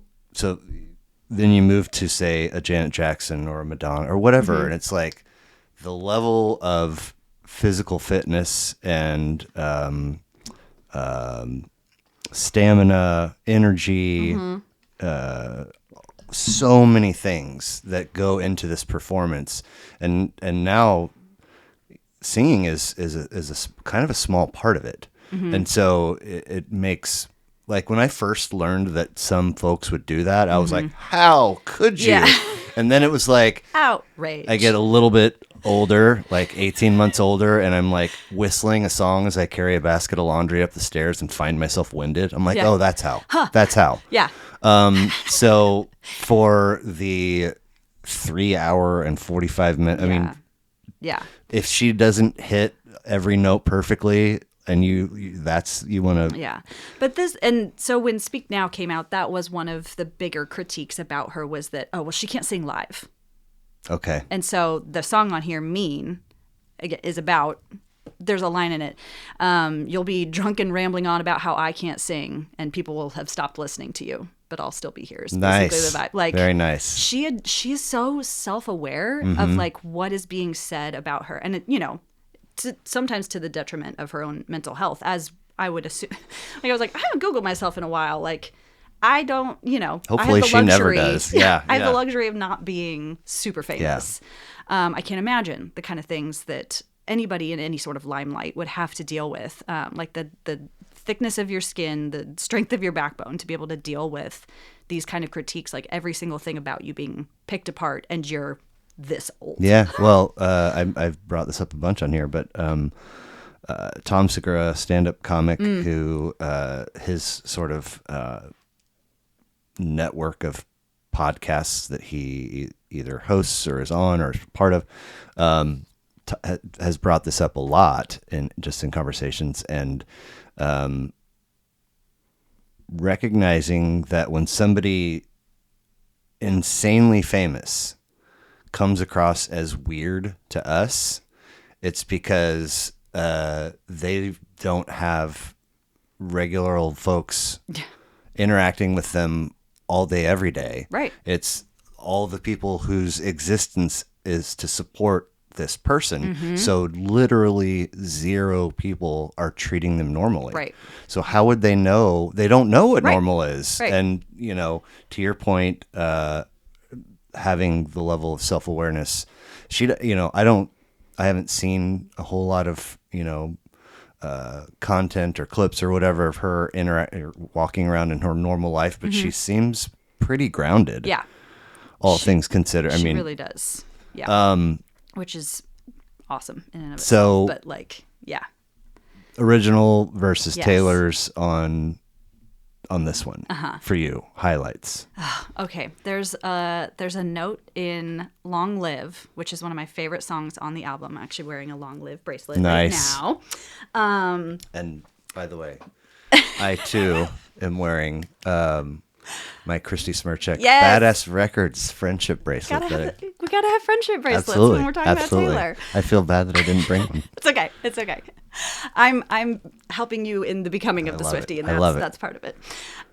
So there's a note in Long Live that it's like 4 minutes 30 something seconds. Anyway, it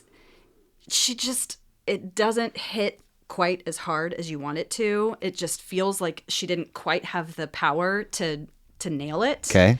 And this is in like the recording of, the original version. So listening to the re-record, I was waiting the entirety of the song to wait and hear her just nail that note, and she did. And Wow. I just like, I think I probably started crying. Oh my gosh. So is the hitting or the not hitting of that note in that song a thing you had talked about with other or read somewhere, or was it just a personal thing for you? No, it was a personal thing for me. And then she hit it? Yeah. Cool. And then, so to make it even more like what feels like meaningful for me, the original set list of the Eras Tour did not include Long Live. She, without preamble, added it to the set list during the Speak Now section on July 7th. I fell down onto the floor. No way. I was a puddle. Wow. Because I'd been hoping for that one, because I'm sure you know she does like surprise songs at each of her concerts. Like she does one on guitar and one on piano, and you don't know what they're going to be. Oh, okay. I didn't realize it was that specific. Okay. Yes, so she's like, welcome to the acoustic set. Sometimes she'll give it a little speech. Sometimes she won't. But knowing that it was like Speak Now night, I was like, oh, I anticipate songs from Speak Now to be... Because Taylor's version Speak Now release is announced the night of the show here. Or do I have that? It was announced in Nashville. Okay. And then Speak Now, like it was released onto Spotify at midnight on July 7th. So a friend actually flew in from Colorado to come see it with me, and we started playing it. So it was Eastern time or whatever. So it was like 11 p.m. on July 6th. Okay, gotcha. So we started playing it at 11 p.m. and we listened to the vault tracks, and then there were a couple songs that I was like, I really want to listen to like this part. And that was one of them, the Okay. Long Live moment. Because I told her, I was like, I got to listen to this Long Live and see if she like fixed this note. And she did. And the other one that just the power in her vocals that is now present at whatever, 33, that was not present when she was this age, was Haunted. And it's got big old emo vibes. Okay. And I love it. I love it so much. It's in my top 10 of songs. And there were just some like lighter feathery vocals that she like just has the power now. Like Okay. you can just hear the difference. Interesting. And then the vault tracks, I loved all 6 of them. Okay. I Can See You. Ooh, it just like crawled into my bloodstream in my body and just set up camp forever. So, as somebody who most of my life has been a lover of the idea of the album, I mean, there's so much that goes into it. So here it lives in this little, and there's records that are, I know all the words to every song. I could, airplay every, and there are albums that are no skips, and there are albums that are like, man, my heart wants to love this album so much, but I really am only about 3 songs, Right. and there's 10 or 11. Right.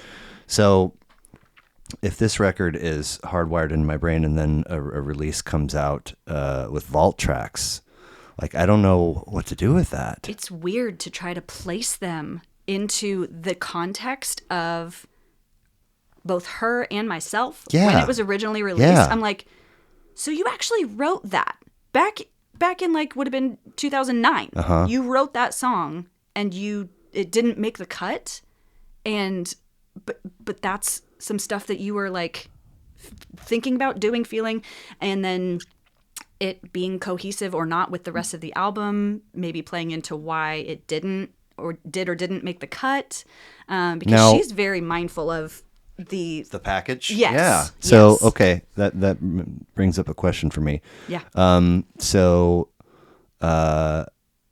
The Taylor's version comes out, and she has gone. So if the original version has let's say for this one, 14 tracks.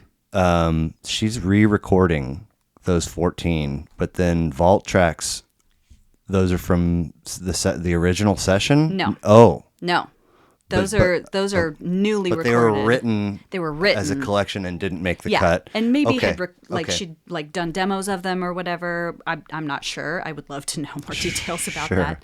And 2 of the vault tracks have featured artists. Okay. And it's very telling of like who. So one of the featured artists is Hayley Williams from Paramore Okay. on the song Castles Crumbling. Okay. And then another one is Fall Out Boy. Yes, yes. in Electric Touch. And she was really into both of those artists at that time. So it's fun for Swifties to like speculate who might be featured on certain vault tracks of re-released songs. So that conversation might look like, hey, I was really into you at the time I wrote this record, and now do you want to come feature? And maybe. Well, and Hayley Williams is going to be on tour with Taylor when she's in Europe here next year. Okay. So she's going to be opening for her. Like, they've been friends for quite a long time. Okay. But, yeah. So they're newly recorded. Yeah. But added to the Taylor's version. Okay. So I want to take a quick break and hit the washroom, but when we come back, I want to know about Colorado Friend and about acquiring tickets and about the show. So in case I forget. Sure. Okay. So who is this Colorado Friend? Her name's Katie. Okay. We've been friends since college. Okay. So KSU alum as well? Yes. Okay. But grew up in Colorado. No, she grew up in Wichita. Okay. And then she went to grad school in D.C. at Georgetown, and then got her PhD in Boulder. Dang. And then set up camp there. Wow. So if you want to do 4 years of undergrad in Boulder, that's not cheap. I can't imagine what doctorate school. Right. But you guys have maintained yes. A years-long relationship now and share an affinity for T-Swift. For many things. Many things. Okay. Many things, Taylor Swift being one of them. I see some Chronicles of Narnia on your bookshelf. She and I originally bonded on a spring break trip that my now husband invited me on when we were like first dating. Oh, wow. And I did not know a ton of other people in this group that was going on this spring break trip, but I knew her through some mutual friends. And we bonded very strongly on this Colorado trip. Okay. So in Colorado. Nice. To ski? Yeah, we did some snowboarding, some skiing. Okay. We bonded over Harry Potter and Chronicles of Narnia. Nice. She had brought a hammock, and we strung it up between two bunk beds, and we sat in this hammock, and we like took turns reading Voyage of the Dawn Treader to each other. Wow. Yeah. So. Okay. Yes. Very cool. We still enjoy much of the same literature. Okay. Fantasy being a good connect, and then now Taylor Swift. Okay. So I have to pause there, and I haven't. What I'm going to say is as much as I know about this particular topic, but there is a thing that circulates and lives within the Catholic community in some parishes, and it's called CHIRP. It's a kind of a crummy acronym. It stands for Christ Renews His Parish. Okay. So somebody saw it's like, if we juxtapose two letters, we can say. Anyway, the point of it is that, and I really love it conceptually for this reason, is that oftentimes when families' youngest child finishes 8th grade, they see a big detachment from between the family and the parish, because now their focus is elsewhere, because Catholics K through 8. So now it's okay. Now it's our life is Rockhurst and St. Teresa's or Bishop Miege, whatever the case may be. And yeah, maybe you still go to Mass, but you are a fraction as involved. And so the way that this works is there are retreats, weekend-long retreats at the parish. And there's one for the men and one for the women. And so if you get talked into attending one, the hope is that then your group of attendees puts on the next one. And eventually you kind of hit everybody. Yeah. And then so your group will have roles assigned, and there's a sort of a spiritual leader that. And so my group's spiritual leader, it turns out, is a huge C.S. Lewis fan, and he has written so many other things beyond Chronicles of Narnia and just novels, and a lot of it is rooted in Catholicism.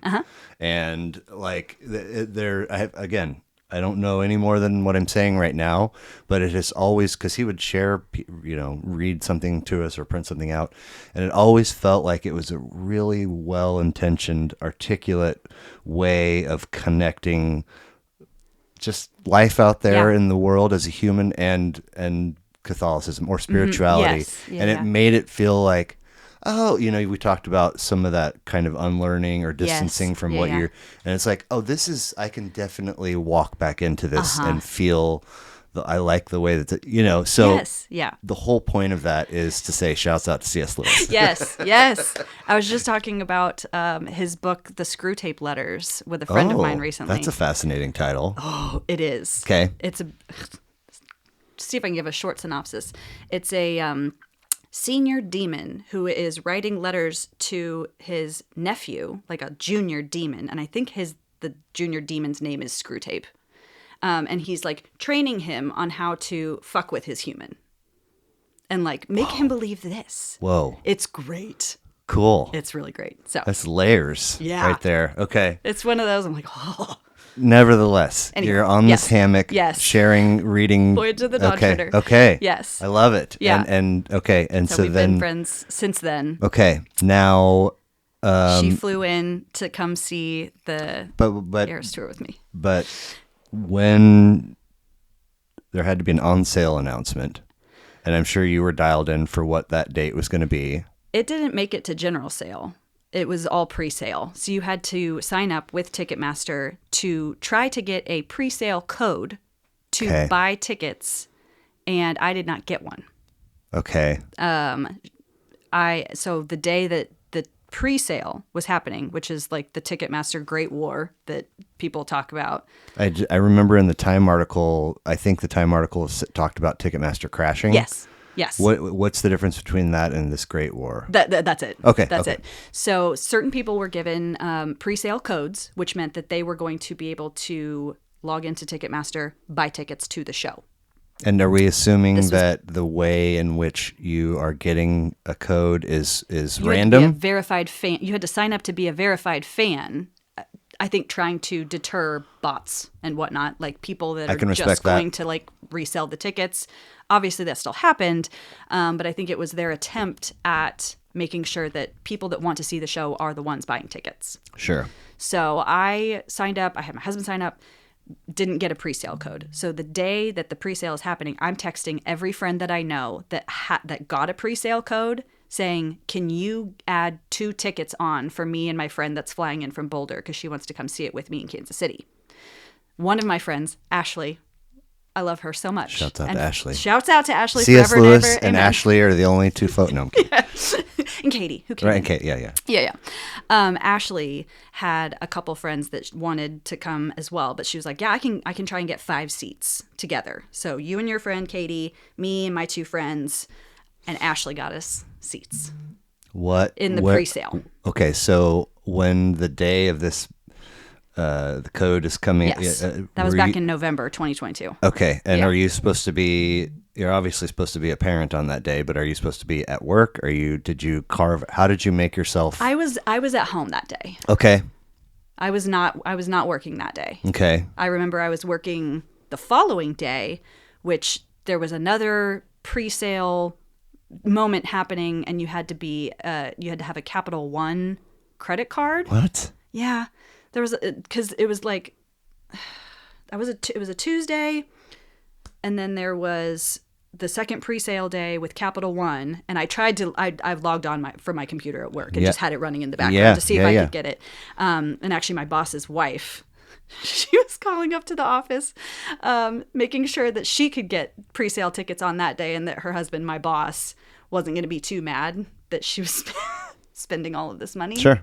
But anyway, she got tickets. They were better than mine, but it's okay. I was like, Now, I got tickets. When you found I'm out that you got where were you? What We was? were pretty up high. No. When you oh. got the news, so she Oh, says yes, I'll add Yes, 2. yes. But that's not a guarantee. That No. she's just going to do the thing, and then you have Yeah, to wait. she had to wait all day, and like the queue said there are 2,000 plus people in front of you, and then I think it was maybe like 4 or 5 p.m. that day that the line started shortening for everybody that I was texting. Right. Because I had a few sets of friends that Yeah. were trying to, get tickets.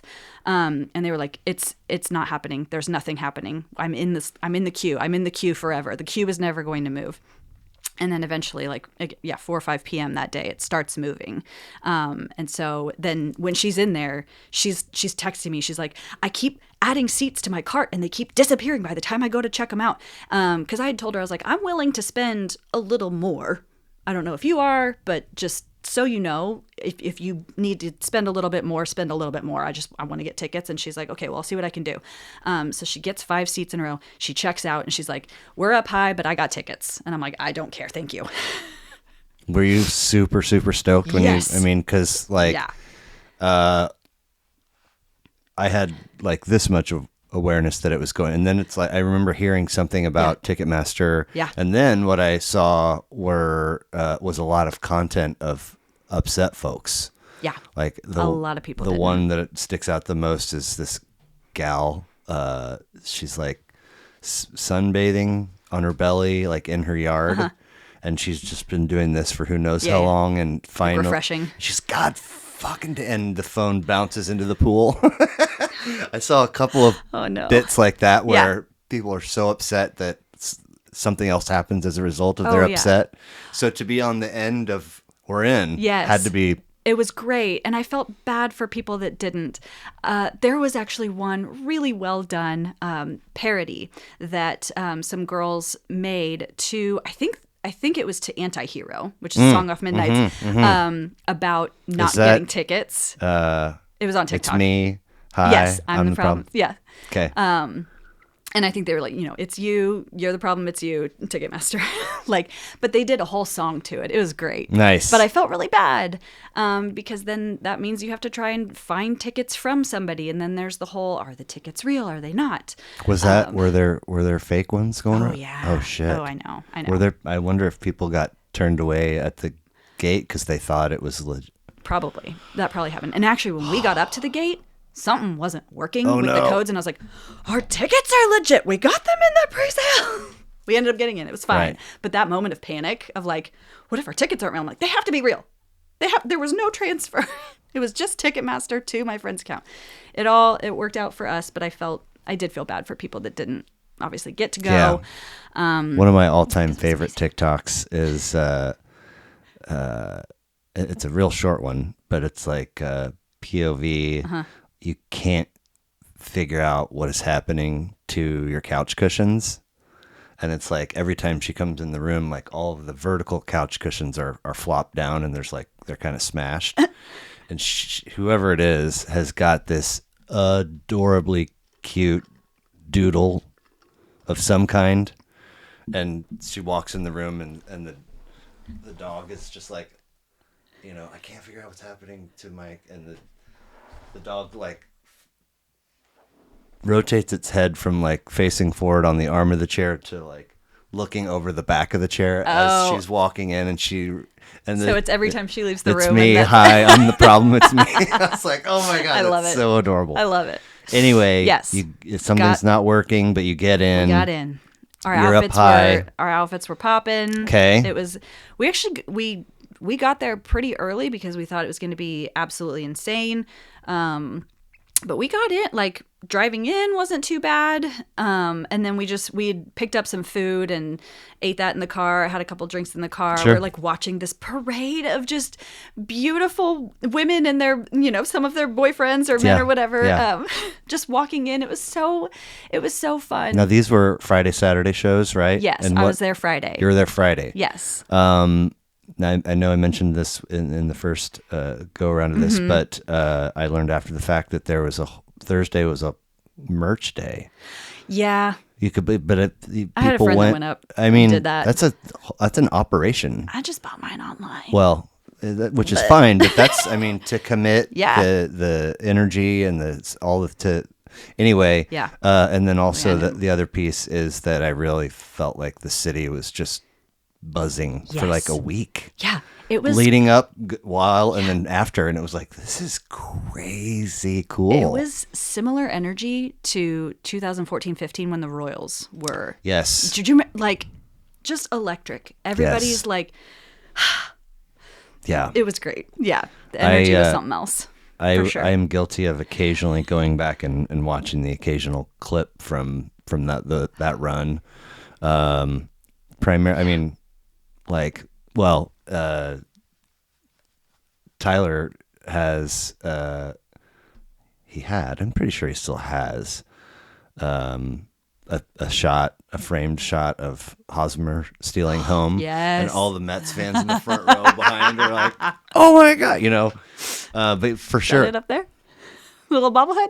Yes. Yeah. Unfortunately, there's no sad Mets fans in the background of my bobblehead. Okay, I can picture them. There you go. I can picture those sad Mets But fans. that's a great comparison, for sure. So food, drinks, go in, and is this the only time you've seen her? No. You've seen her before this. I have. Okay, well we gotta. I know. We got to backtrack. Yes. I got to see both the 1989 tour and the Reputation tour, which was also at Arrowhead. Seriously? Yeah. She'd been at Arrowhead twice for different tours before this one. Well, I think she was at Arrowhead for the Speak Now tour as well. Okay. Which I didn't get to go to. Okay. I was newly married and super broke. Yeah. So, ticket acquisition experience for these other two shows different? I got lucky. Okay. I had a friend whose boss or her husband works for some big company in Kansas City, and they have tickets to like give to people, and she pulled in a favor for both of those shows. Yeah. Dang, So okay. I got to be on the floor for 1989, which was at what was Sprint Center. It's now T-Mobile. Oh, okay. Is that It wasn't Arrowhead for all of them. Okay. No. So 1989 was, I got to, she called me day of for that one. I didn't think I was going to get to go. She called me at work, and she's like, hey, what are you doing tonight? And I was like, nothing. Why? She's like, well, you're going to come see Taylor with me because Justin got us tickets. And I was like, oh my God. I start losing my mind at work. My coworkers are like, what's going on? So that was incredible and a huge surprise. And then for Reputation, I bought tickets, but then she upgraded us. She was like, sell those. Sell those. I got us suite seats. So I got to see Reputation from a suite at Arrowhead. So, which was amazing. 1989 is 2014? 2014. 2014. The album. Yes. The tour was 2015. 2015. Yes. And then Reputation was 2018 was the tour. And then 19 was the... Oh, I'm sorry. Say So that. Reputation was released in 2017. Okay. The tour was in 2018. Okay. So T-Mobile, and then Arrowhead. And then Arrowhead, and then Arrowhead again. Arrowhead again, Okay. yeah.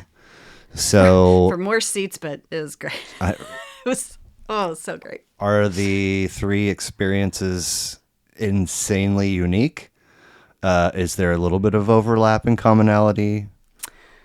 I mean, in that the overlap and commonality is that they were all spectacular shows. And absolutely, each one blew my mind. Okay. Like 1989, I had never seen a show like that. I remember after seeing it, describing it to people, I was like, it was like a Broadway show and a concert all in one. She's got these costume and set changes, and like the whole thing seems to like kind of tell a story, and just the showmanship of it all was mind blowing to me. And then Reputation was even bigger. It was even bigger. I mean, she had these freaking blow up snakes that came out of the stage at one point, and that's the album art. Is that the origin story of this? That's the first time it becomes part of the fabric, or no? The snake? Yeah. So the snake was actually her co-opting what the Kardashians were tweeting about her. They were tweeting about her that she was a snake. Right, but then she like. But the snake being visible. First comes into the fold with that. With the Look What You Made Me Do music video. Interesting. Yes. Okay. So she's like sitting on a throne, and there's like snakes climbing up. Okay. It. Yeah. Interesting. Yeah. Interesting. And also like before Reputation came out, I think Sophia talked about this. She wiped her Instagram. It was totally blank. There were 3 images, and they were like parts of a snake, and then she drops Reputation. Yeah. So that But these like giant inflatable snakes coming on stage. It was great. Now, it was great. Like, it's amazing that you had those experiences, and like as much as I like can, the excitement is almost like I can imagine being there, but there's no way. But how do you, after, how do you go to any concert by any other artist ever with an unbiased mind and walk out of there and honestly say, you know what, that was great? Because great has been, right? Is this making sense? Okay. I mean, I think you can appreciate what other artists are doing differently, if maybe not as, just not to the same level. I mean, I'm not going to go to the Death Cab Postal Service concert and expect a Taylor Swift show. Of course not. But you can't fully strip the whole. There's, if you want to keep it simple, devil and angel on your shoulder. There's always going to be the teeniest of whispers going, I mean, it's not a Taylor show. You can't knock that off and just be like, okay. Well, like even earlier this year, my husband and I went to go see Cirque du Soleil. Okay. At T-Mobile, with some of his friends from the gym, and leaving, he was like, "That is the best live thing I've ever seen." And my immediate response was like, "Well, you haven't been to a Taylor Swift show." Did you say that? Yeah. Out loud? Oh yeah. What was his reaction? He was like, "Well, yeah, I know," because he's heard me talking about this for a long time. But yeah, I mean, and so I definitely had high expectations for the Eras Tour, and I tried to avoid much of what was out there on social media, because you can watch a live stream of every single show. Okay. I avoided looking at what the set list was so that I could go into it with just as unknowing what was going to happen as possible. Right. But being on social media at all, especially TikTok. Right. And it was like, oh, well, I kind of want to see what the surprise songs are. So then looking up what the surprise songs were for each show, then kind of by process of elimination helped me determine what was on the set list based on what she wasn't playing as a surprise song. Gotcha. But I'm like, well, I'm never going to see that surprise song, so I might as well watch that. And then the more I did that, I was like, I'm figuring it all out. It's fine. Nice. And you'd see pictures of her costumes because she posted all on Instagram. And I'm like, oh my God, they're all so beautiful. Right. But even with all of that, it was still the best show that I've ever seen in my life. And probably always will be. Yeah. I don't know. Yeah, I mean, I don't know what she will do next. Have you watched the Eras Tour yet? Have you watched? No, I know. The girl, my daughter and friends, and I think they had like a theater situation to themselves. Nice. So Fun. whatever. Fun. But it was like when one of the moms that was driving came to pick up my daughter, she's like, "Do you want to? I have an extra ticket." And I was like, "Dude, I mean, what am I gonna do with him? Like, if I would have known, I would have for sure made arrangements." Well, you can rent it now, right? Right, and I will. But and yes, I'm hoping for. And it'll have some of the songs that got cut for the movie, right, like Long Live. I want to do that on a night where it's just her and I. Yeah. So. Oh, I took my daughter to go see it. That's actually also been a really fun thing about loving Taylor Swift, is now seeing my daughter becoming a Swiftie as well. Right. And she'll when I do play a lot of music in our house. Much of it is Taylor. Sure. Because she and I both enjoy it. My husband loves Taylor Swift. And so I have a Spotify playlist for her. And every time she hears a new song that she likes, she goes, add that to my playlist. Oh, nice. Add that to my playlist. Well done, Mom. And I sing a Taylor Swift song to her before bed every night. And it'll like rotate, and it'll be one for quite a while. And then she'll switch to a new one. Right now it's Don't Blame Me. Okay. From Reputation. That's her bedtime jam. I love it. Which is super fun. So, taking her was real fun. I feel like there was an avenue that we went to go down and then we pulled back. Was it the time where it was cooler to hate? Oh. Did we talk about I don't know if we talked about that. Okay. So that's kind of when Speak Now originally came out. Okay. It was cooler to hate Taylor Swift than to love her. And this comes about because the patriarchy, I'm going to say. Okay. And you mean that? Yeah. Okay. Yeah, I do. Can you help me understand? Pitting successful women against each other is a tactic that is a tale as old as time. So Back to that quote that's not yours. I know. I was like, I like that. Maybe I've put that out there. I don't know. So pitting her against other successful women was a tactic widely used by the media, saying that she was annoying. Was Against probably the other number... successful women. Yeah. What do you gain if you're victorious in this pitting? Mm-hmm. What does one gain? Just if I know. Besides besmirching your Yeah. Okay. Just making her not acknowledging her success, not acknowledging her talent, not acknowledging the work that she's done, just diminishing it. I mean, It's like I'm trying to. Is there like a political advance, or is there some money moving in the back? Like, there has to be. Like, why? I mean, you know what I'm saying? because I don't know, because it works. Okay. But the number one thing that people were saying about her during the first, like, I think 5 albums is all she ever does is date guys and then write songs about them after they break up. She's annoying. Okay. She can't sing live well. Sure. She's just like not that great. Okay. And if you like her, like, you have bad taste in music. Whatever. Yeah. Okay. And that continues. I mean, that's a narrative that you will still hear. Like, when she started dating Travis, the first things that I was seeing people posting about it was, oh, well, he's going to get a breakup song written about him. I saw that shit Like, too. oh, you better be careful. I'm like, Yeah. shut the fuck up. I mean, shut up. My best friend from Colorado brought his son, and we did like a dad-son Chiefs game for the Bills, which we lost. Okay. And there was I thought you were at least a little bit dialed into Chiefs. No, not so much. Okay, Not really. it doesn't matter. But there was a really. I'm more aware of the Chiefs this year than I ever have been. I'll Fair. say that. Yes. Even I know they won the Super Bowl Right. last year. Right. Yes. And they made it the year before that? They won it? I don't know. They've been to 3 of the last 4. Cool. And nevertheless, there was a really wild, zany play that happened late in the game.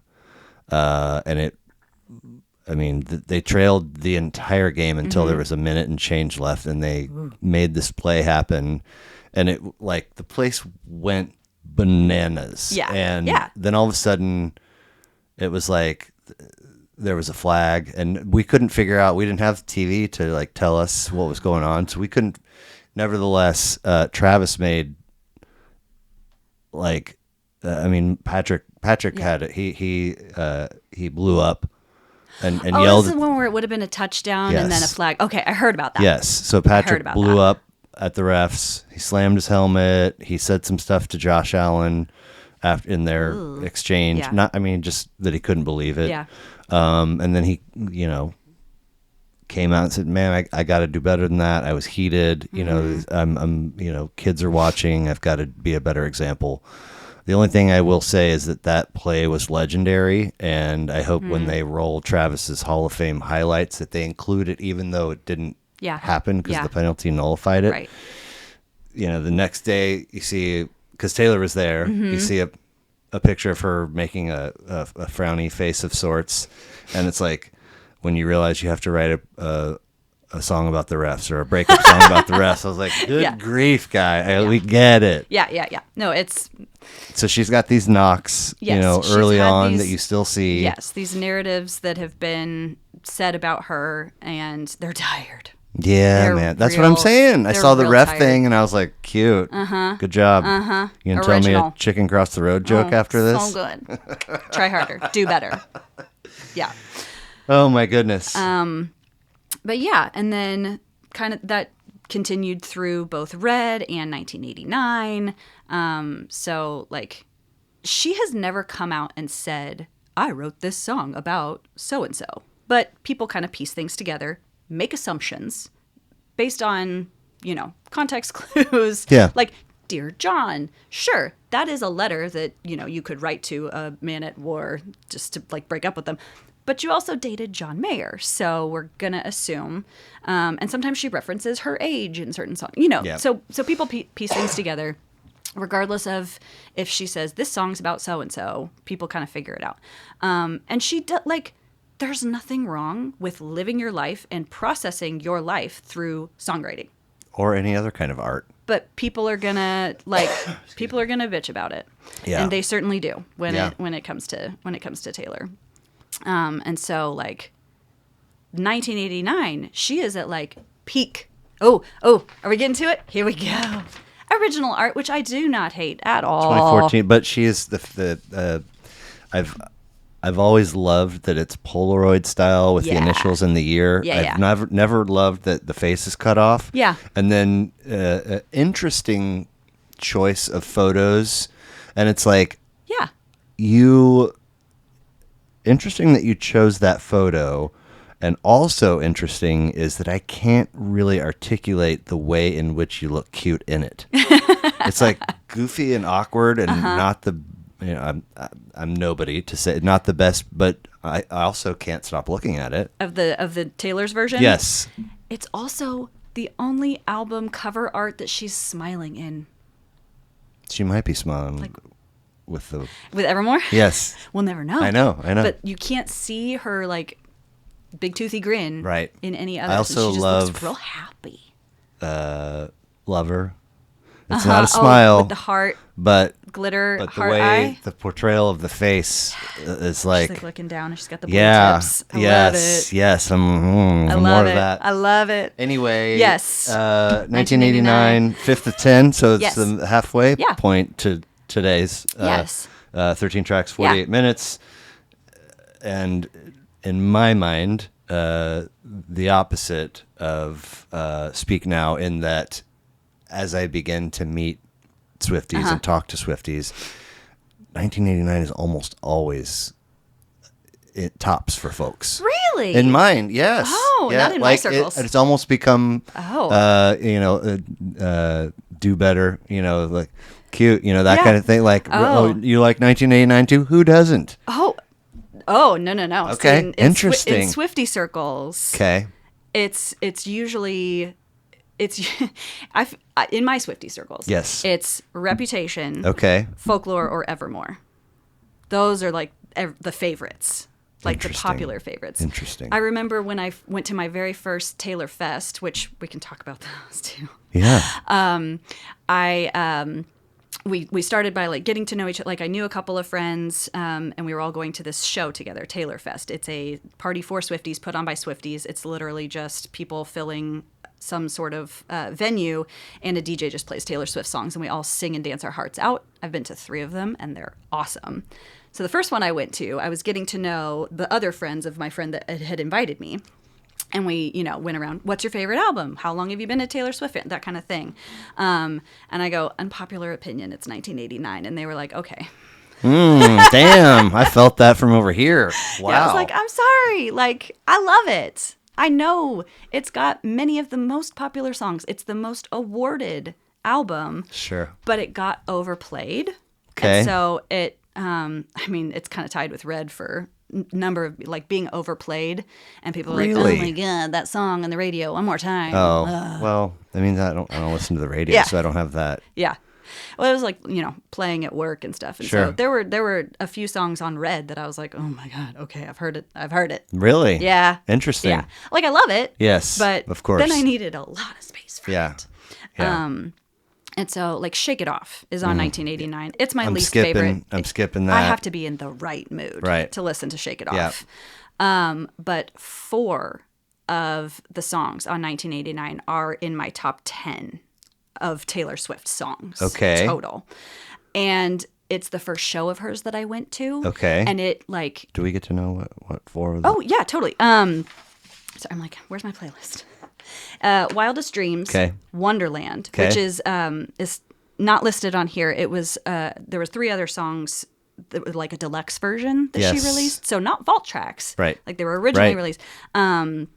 Wonderland, which Okay. is one of those. Out of the Woods and Style. Are we out of the woods? Are we that? Oh God, that one style. I would have to hear to place it. We never go out of style. Yes, you of got course. That James Dean daydream. Oh yeah, That's a it's great it's freaking such song. A banger. It is It's such a good banger. song. She's got that red lip classic thing that you like, and that is like what started me wearing red lipstick. That Okay. song. I'm not. Okay. No lie. And I just loved. There's a. I'm trying to think if there's any skips. There's a couple skips on Speak Now for me. I don't. There are a few 1989 songs that I have to be like in the right mood Fair. to listen to. Fair. But and like New Romantics, one of the deluxe tracks, it's so good. It should have been, in my opinion, the biggest single off the album instead of Shake It Off.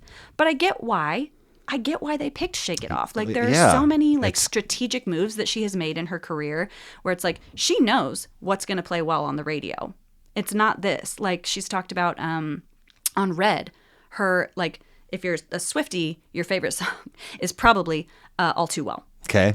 And it's so good. But even the original that she released was 5 minutes. She's like, I know that that's not a song that's going to get a lot of play on a radio station. Because it's 90 seconds too long. Yeah. And, she's always very, strategic with this. She's like, what is going to play well? 22. I Knew You Were Trouble. The poppy ones that, just kind of like you can dance to, Yeah. So there's some of those on 1989, but you can just like, I feel like she worked so hard on this album and it shows. Yeah, for sure. And like the producing on both versions is great. Originally, the producer, Max, can't think of his name, did a great job. And then Jack Antonoff helped her produce 1989 Taylor's version. So Why that name feels very familiar. Sophia talked about him. Okay. Lead singer Bleachers. Yes. He and Taylor have been Yes. collaborating on so he helped write Out of the Woods with her. Okay, Like, okay. So they've been collaborating for a long, long time. They're really, really great friends. And they've done a ton of work together. Interesting. So, yeah. But So I pulled that sheet Yes. out, and right as you were about to make a point about 1989, and I that's when Taylor was at like the height of her like fame, popularity. Okay. She's on top of the world. She kind of has nowhere to go but down, and Sure. she like they just killed her. the patriarchy. The patriarchy, Okay. not least of which includes Kanye West and Scooter fucking Braun. Okay. Now, Scooter Braun. I can put over here in a box because although it feels like there's deceitful maliciousness, but nevertheless, one could say that a business decision was made. Not a very cool human, but I can now. But then you look at the Kanye and the record. I don't get that. Like what? Where? Why? Does that make any sense? Yeah. Why that's like I can understand. That was a shitty thing to do, but there was Yeah. money involved. Yeah. This I don't get. Well, I mean, Taylor and Kanye's beef actually started in 2009. Okay. She won a VMA award. Yes, of Kanye- yeah. course. He walked up and Yep. oh my Took the God. mic from her during her acceptance speech, says, "You didn't deserve this. Beyonce did. Bye." I remember that. Yeah, to a 19-year-old. Gross. Yet Kanye He continues. was 32. Yeah, and yet people continue to. He's a genius. He's the great. I'm like, where? He's a fucking idiot. No, okay, like, ugh. okay, separate the Yep, artist yep, from the yep. art. I've And never so listened to Kanye's music, so I wouldn't actually know. do at some point. Just, I mean, are you into? Does that genre, generally speaking, do anything for you? Nah. That's fair. Then don't. So- Then don't. It's been a part of my fabric for a long Sure. time, and I know that people appreciate him as an artist. a And buddy gave me. Yeah. It's right here. burn it. This is so I'm going out to Colorado with my kids, and no, maybe this was pre-kids. Nevertheless, he burned this whole stack of CDs for me while I was there. Okay, Oh, that's a good friend. and and it's almost exclusively full of artists who I've gone, I should listen to them. A lot of people are talking about, not necessarily in my immediate. Yeah. And so I did, and almost all of it, I was like, this is not. I like where I am. Okay.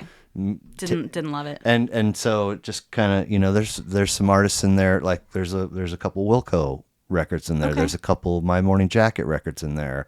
And it's like some of those I've revisited now, 20 however long. And it's like,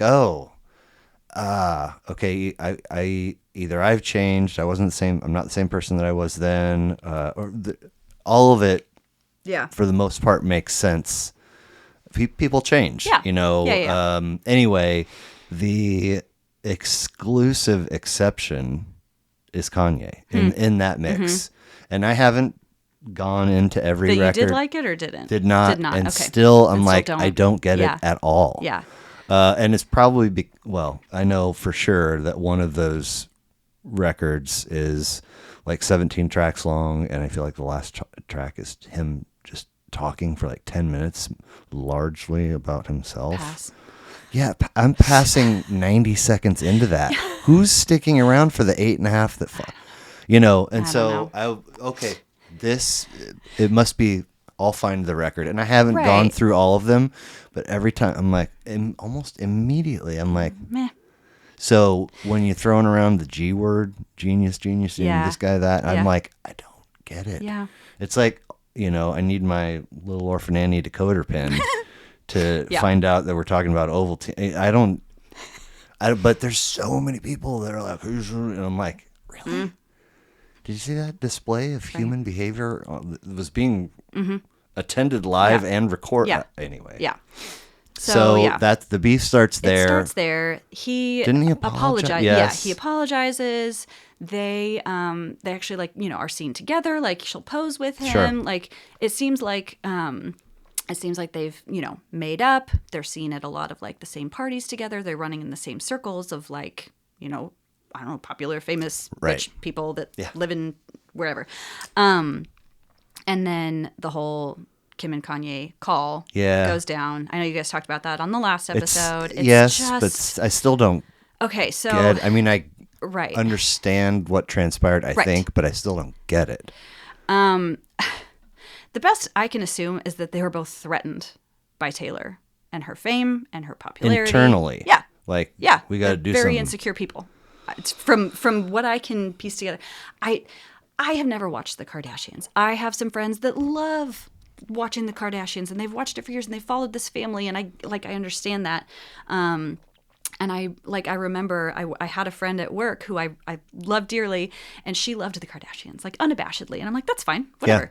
Yeah. And then when this whole thing happened, she was like, oh, what do you think about this? And I was like, well, I believe Taylor.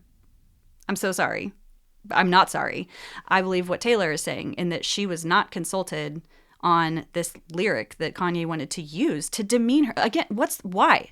Why do you have to put a lyric in your song that says, I feel like Taylor and I might still have sex, why I made that bitch famous? What point does that lyric serve in your song, sir? Well, you get to Like, retract your apology, right? yeah, Or something. Yeah. I don't know. So, but then Kim, who was married to Kanye at the time, puts out this edited video making it look like Taylor was lying.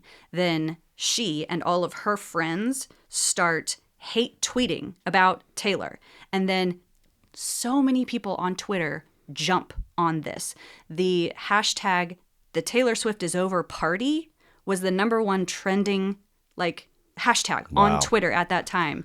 Taylor talks about this in the documentary that your friend mentioned, Miss Americana, which is on Netflix. It's a great documentary.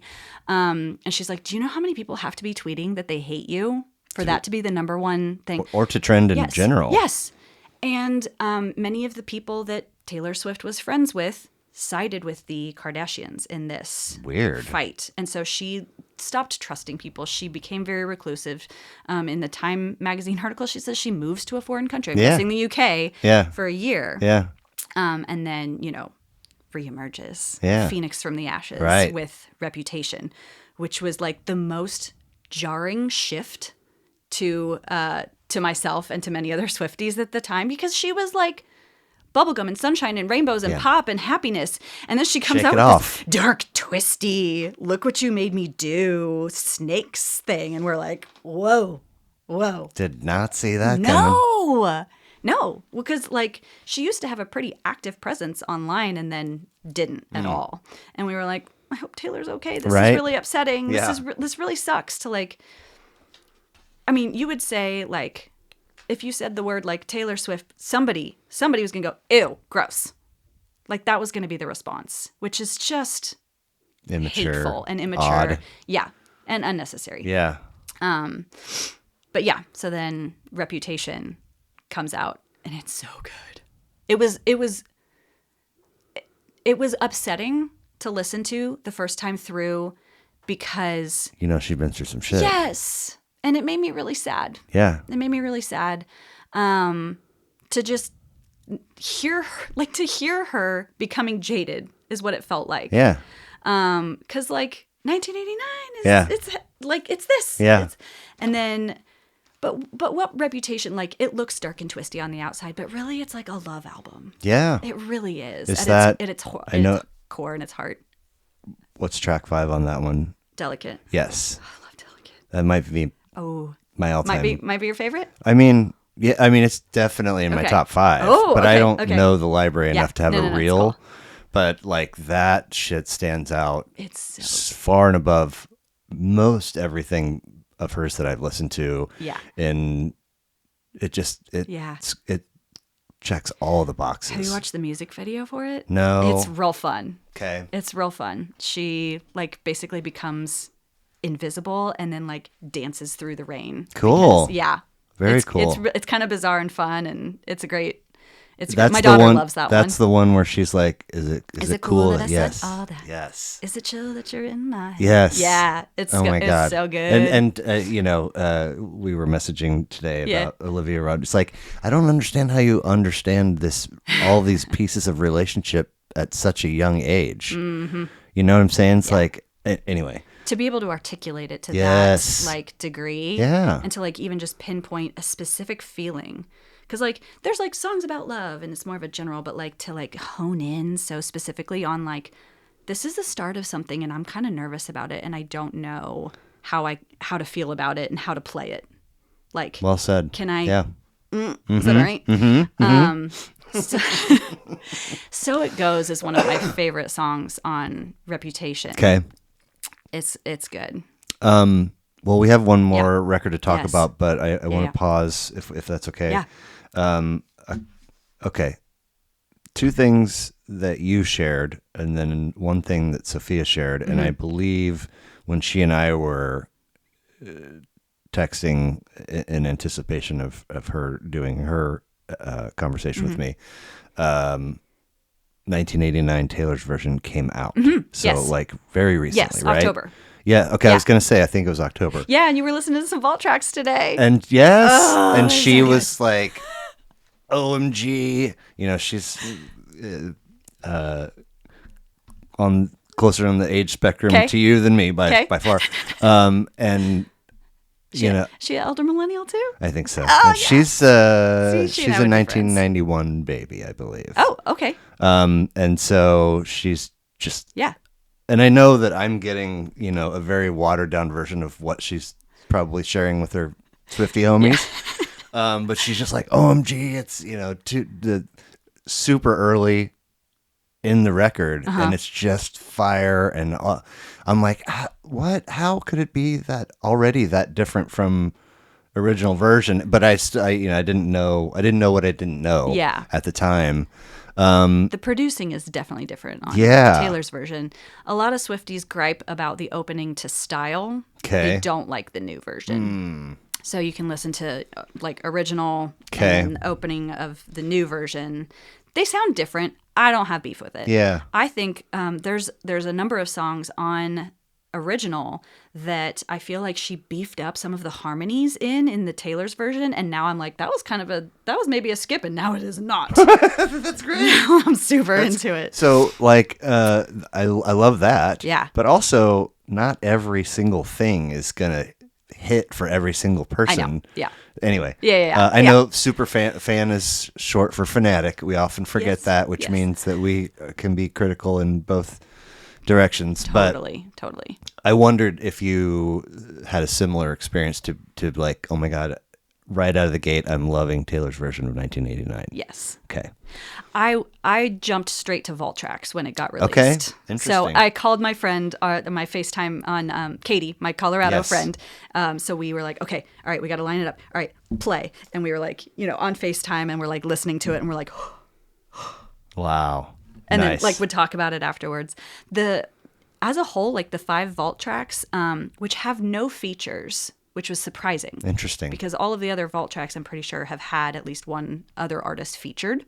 Well, the namesake for the record is the year of her birth, right? Yes. So yes. Maybe this is all me. Yeah. I don't know. Perhaps. But that was a surprise to people that there were no features. Right. Because people were clowning for, they wanted Style featuring Harry Styles. Oh, sure you did. And instead we kind of got a diss track. Oh, shit. Really? Yeah. Really? Yeah. Okay. Is it over now? Okay. Kind of. Yikes. We're like, ooh, buddy. Like there were lots of memes coming out about like, so each of these like re-releases happens, the main X featured in whatever album it was, there would be a picture of like a Grim Reaper going to like his door to his door. Right. But then when it was like coming to 1989 and Harry Styles was behind it, we anticipated flowers because we're all like chill with Harry Styles, Swifties in general. There are certain exes that we are cool with and certain exes that we are not cool with based on what she has told us about how they treated her. Anyway, so Harry Styles, we still love Harry. Sure. We still love Harry. Well, he's welcome. Yes. Okay. Yes. Okay. But they were all 5 Vault Tracks felt very like 80s synthy poppy. Okay. Kind of, and there's some of those vibes in 19. I mean, she's like, it's inspired by my birth year. Yeah. But I noticed them more in those Vault Okay. Tracks. Interesting. Yeah. So of the 2 things that came up in our messaging, the lore, all capitals, and how life events become part of her music and how she has a unique relationship with her fans. I didn't know if you wanted to speak to that a little bit or if that says it all on its own. Yeah. No, I mean, I think that Taylor, I will say I can't really compare her to other artists because I don't feel like I know other artists as well, but I feel like she has to have a very unique relationship with her fans. She just like, she always is like praising them and thanking them and being so grateful for what they've allowed her to do. Like in every award acceptance speech, she's thanking her fans. And then in like being able to do these re-releases and having them break all sorts of bananas records, she's like, I'm so thankful. I wouldn't have been able to do this without your support. And for some of her earlier albums, like 1989, when it was originally released, she would have small intimate parties in her home and invite fans and bake cookies for them, and they would all listen to the album together. Wow. Like, isn't that so, it's sweet and it's special, and she always like seems to just like have time for people that care about her, and she just doesn't have this like diva attitude or of like being too good for anybody or anything. And even just to like something small of like each Eras Tour show during the Red set, she starts off with a little hat and she trots down the stage during one of the songs and gives it to like a little girl who's been like positioned and like gives her a hug. And it's just a very sweet moment. Yeah. So she knows that we as fans, know much about her life because she's chosen to share it with us. Of course, it's a curated version. Everything that anybody shares is a curated version. Yeah. However, even this, I want to be real, open, honest, but I'm also aware that there's technology recording what we're saying here. I can't take that, you know what I'm saying? Yeah. So knowing what she's chosen to share with us, knowing her life and how it's been, documented and over scrutinized to the nth degree, like knowing that we tend to know what the songs are about, who they are about, what was happening in her life at the time, the fact that we enjoy like making hypotheses about these things, and kind of to the level of conspiracy theories. I saw one thing recently that was, did you ever watch Parks and Recreation? Very little. There's an episode where some end of the world nuts need a park permit to throw a party for the end of the world because they've, predicted based on whatever that the end of the world is going to be on this date. Obviously, like, they go to the park, that doesn't happen. And then the guy comes back into the office next week. He's like, well, I've consulted my texts and it looks like the end of the world is actually going to be May 15th. And she like looks at her calendar. She's like, I'm sorry, we have an ice cream social on that day. And he's like, 16th? And she's like, that one's great. And he's like, then. So there's been a comparison to Swifties being on that level at times with thinking about knowing that she has said that she plans things very far in advance, up to 3 years in advance. That's crazy. Yeah, she said that in an interview with Jimmy Fallon. She's like, how far is too far? Can I plan something 3 years in advance and then release? Is that crazy? But she drops Easter eggs. Yes. All of that. When I'm talking to somebody about coming, and if like right now, very quickly, well, I mean, December's half over, but very quickly, it was like all January, and now it's down to, and mostly February. I feel weird sending that. It's like, I don't want you to think that I'm thinking about February, because I'm not. I'm just looking at a very specific, anyway. So, yeah, trying to piece together Easter eggs that she has hinted at in, a lot of times they're in music videos. Like the music video for Bejeweled has a bunch of them that are really fun. Watched 0 Taylor Swift videos. Like, it just hasn't even been. Oh yeah, there's that too. Oh, they're great. Okay, they're really, really great. So kind of piecing those things together, certain things like there's a gigantic theory about a scene in the music video for The Man in which Taylor actually dresses up like a man. Okay. Like the hair, face prosthetic, contacts. She was trained how to like sit like a man. She does this whole performance as a man. And then at the very end, he comes over to her and she's directing and she's like, okay, could you be like, I don't know, a little more likable? Like just giving commentary to this man that women often receive. But there's a scene where he like is peeing into a urinal and there's graffiti on the wall and it's all of her albums. And then there's a word karma and it's printed twice, and 1989 is printed twice. And so people are like, oh, so if you go in this order, that's the order of the it's insane. I mean, but it's fun. Sure. It's fun to like watch and be like, oh, that would be fun. That would be fun. So just like the rabbit hole of conspiracy theories related to Taylor Swift. There's a theory about 112 days being very significant because the release of Taylor's version Speak Now was 112 days from the start of the Eras tour, and then from that it was 112 days to the release of 1989 Taylor's version. So the next one would be February 16th, which people assume is going to be Reputation. It's fun to play along. And it feels like you're in a community. It feels like you're in like a big group of friends that are all excited about what you're excited about. And I think that's one of my favorite parts for sure of being a Swiftie, is being able to like just unabashedly enjoy something to like the fullest degree and to be extra about it and to not have to be ashamed about that. Because, also, it's a judgment-free zone. Yes. You know what I'm saying? Well, and like when 1989 came out, I had just had that one friend that wanted to go to the show with me. And now it's like I have gotten to like what feels like introduce so many people to being a Swiftie and what joy there is to be had in being a Swiftie. Very cool. The relationship with the fans and the gratefulness or the frequent mentioning or thanking of fans. It's really, in my mind, impossible to overlook where she is today based on some of the things we were talking about earlier, some of the things that have, whether it's the patriarchy or whatever the thing is that has been a source of adversity, like, you said she was on top of the world. There was only one direction for her to go. I mean, I think that she found a new top of the world. Yeah. And most of us are like, holy shit, we didn't know that top was there either. She so definitely didn't. It for sure speaks to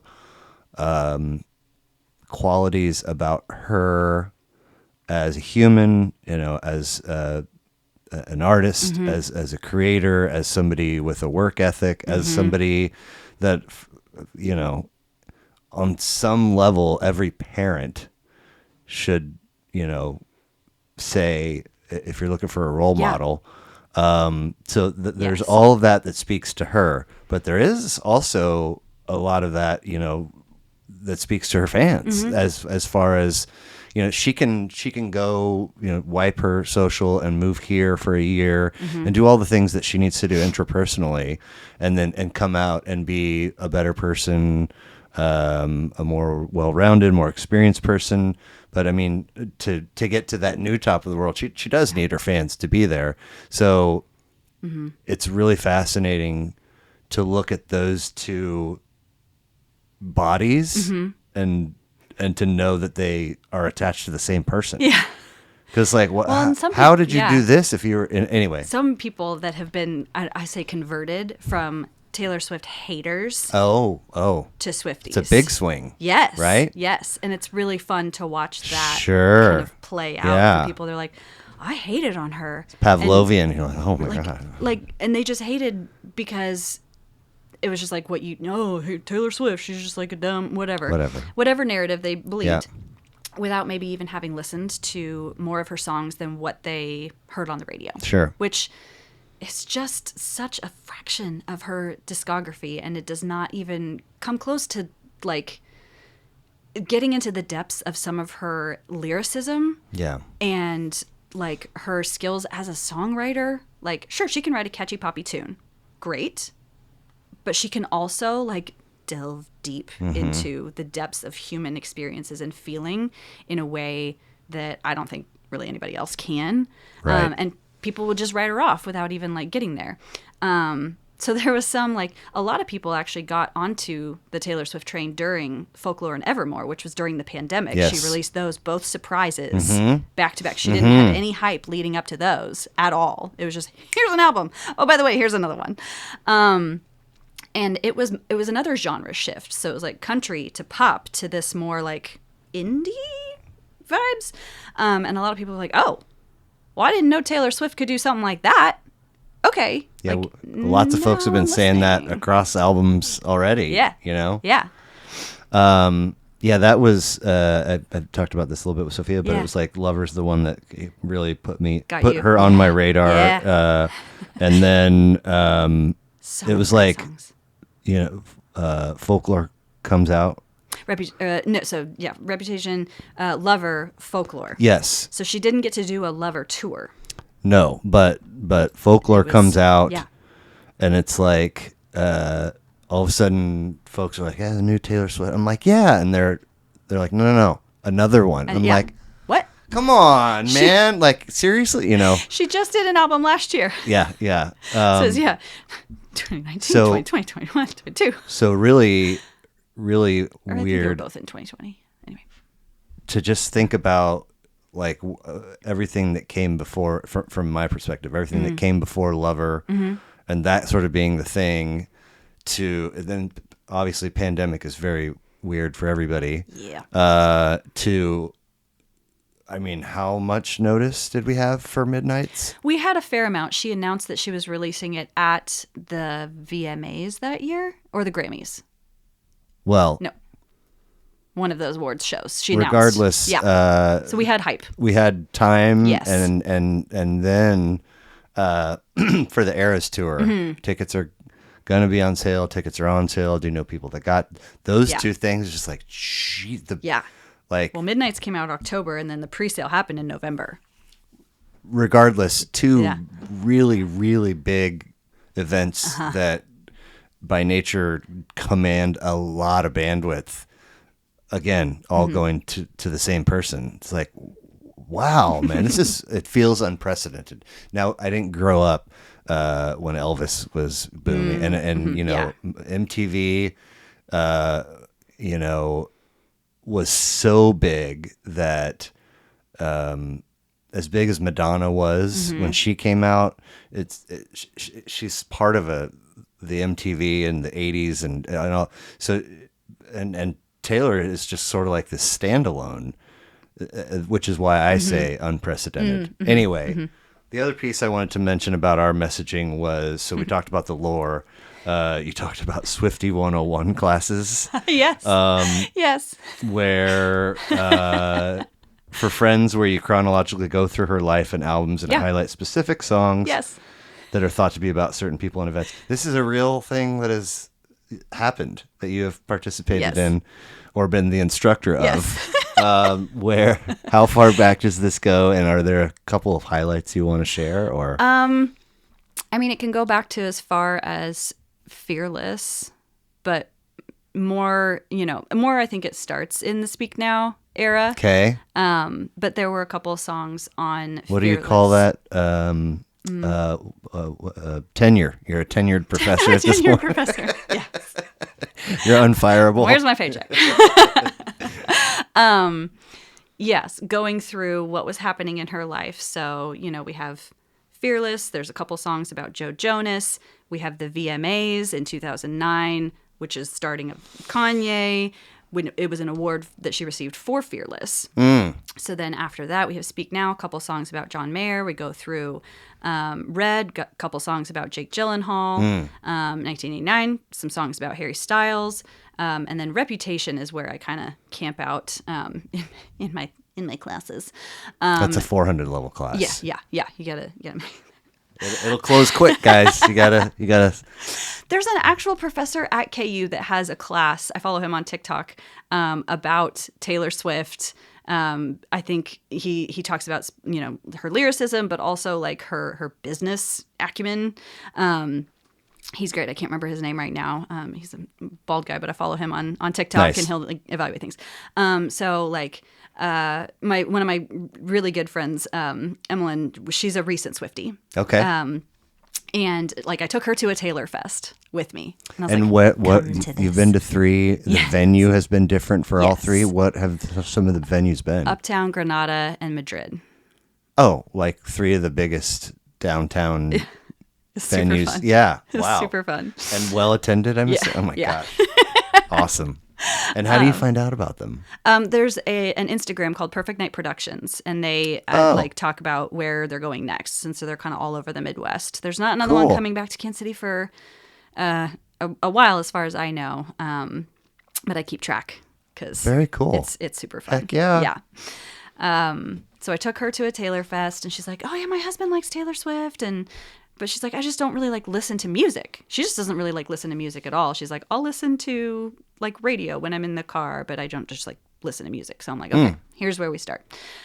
So talked about what happened with Kim, Kanye, Scooter Braun, all of that. And then I was like, okay, now go and listen to like, Look What You Made Me Do. Listen to This Is Why We Can't Have Nice Things. And like understand what she was feeling and had gone through at that point. Like, listen to the songs. And she was like, why do I want to cry? And I was like, because you get it. So stuff like that. And then it's like, okay, here's what happened with Jake Gyllenhaal. Now go listen to All Too Well. And especially if you watch, she directed a short film when she released the 10-minute version of All Too Well, which was a vault track on the Red re-release. She produced I think it's probably like 14, 15 minutes, short film starring Dylan O'Brien and Sadie Sink. I don't know if they're younger actors. Okay. Did you ever watch Stranger Things? Yeah. The redhead, Max. I mean, I checked out pretty early in season 2. Oh, okay. I think she's maybe season 3. Anyway. Okay. Anyway, they're younger actors, and they portray what we interpret to be her relationship with Jake Gyllenhaal. Interesting. And then Now, listening to that. Did he treat her shittily? Kind of, yeah. Okay. It was very like, he treated her differently in front of his friends. He didn't show up to her 21st birthday that's party. Already enough. He tried No to, like, more. No yeah. more. I'm not in his camp, but I just don't want to hear it. Yeah. I mean, maybe not as bad as John Mayer. What did he do? Well, for starters, he was 32 and she was 19. Eh. So, yeah. I know. Speaking on for- behalf of for all starters. dudes. He was kind of using her to get back at Jessica Simpson because of their Oh, whole thing. gross. Okay. So, all right. so for him, I'm like, okay, listen to both Dear John and the song Would've, Could've, Should've off of Midnights. Oh, Yeah. okay. So there's a line in that is eviscerating. It's, give me back my girlhood. It was mine first. Oh, okay. All right. I never should have danced with the devil at 19. Just He's great with Dead and Company. That's all I cool. gotta say. And I've never been a huge fan of his music either. I think he's Right. I think he's probably a very gifted, Yeah. guitar, whatever. But just, did not treat her great. Yeah. Anyway, so it's going through and saying, okay, this is kind of what was going on with her. This is what she was feeling. This is what she was experiencing for 1989. She moved to New York and she was like, all right, people have been critiquing me for just writing songs about my exes. So I'm going to write about like hanging out in New York with my friends. And yes, there's a few songs that can be interpreted to be about Harry Styles. But she was like, this is what I'm wanting to say with this album. And I'm wanting to like kind of critique or like make commentary about what people are saying about me. So Shake It Off and Blank Space, they're both commentaries on that very phenomenon of, oh, I've got a blank space and I'll write your name because that's all people assume that I'm waiting for is the next dude that I can write songs about. So she's addressing that in her songs, which I think is just great. So yeah, stuff like that. And there's people on TikTok that do it too. They've got whiteboards and they've got magnets and stuff. Where I just went was, is that the song where I think she says Starbucks all the time? Yeah, Starbucks lovers. Yes. Yes. But I've always thought since I was a child, I've misheard lyric. I'm like, she must be saying like star-crossed or got something. a long list of ex-lovers. It's less, you hear it less in Taylor's version, but definitely I heard the same thing. Okay. Got a lot of Starbucks lovers.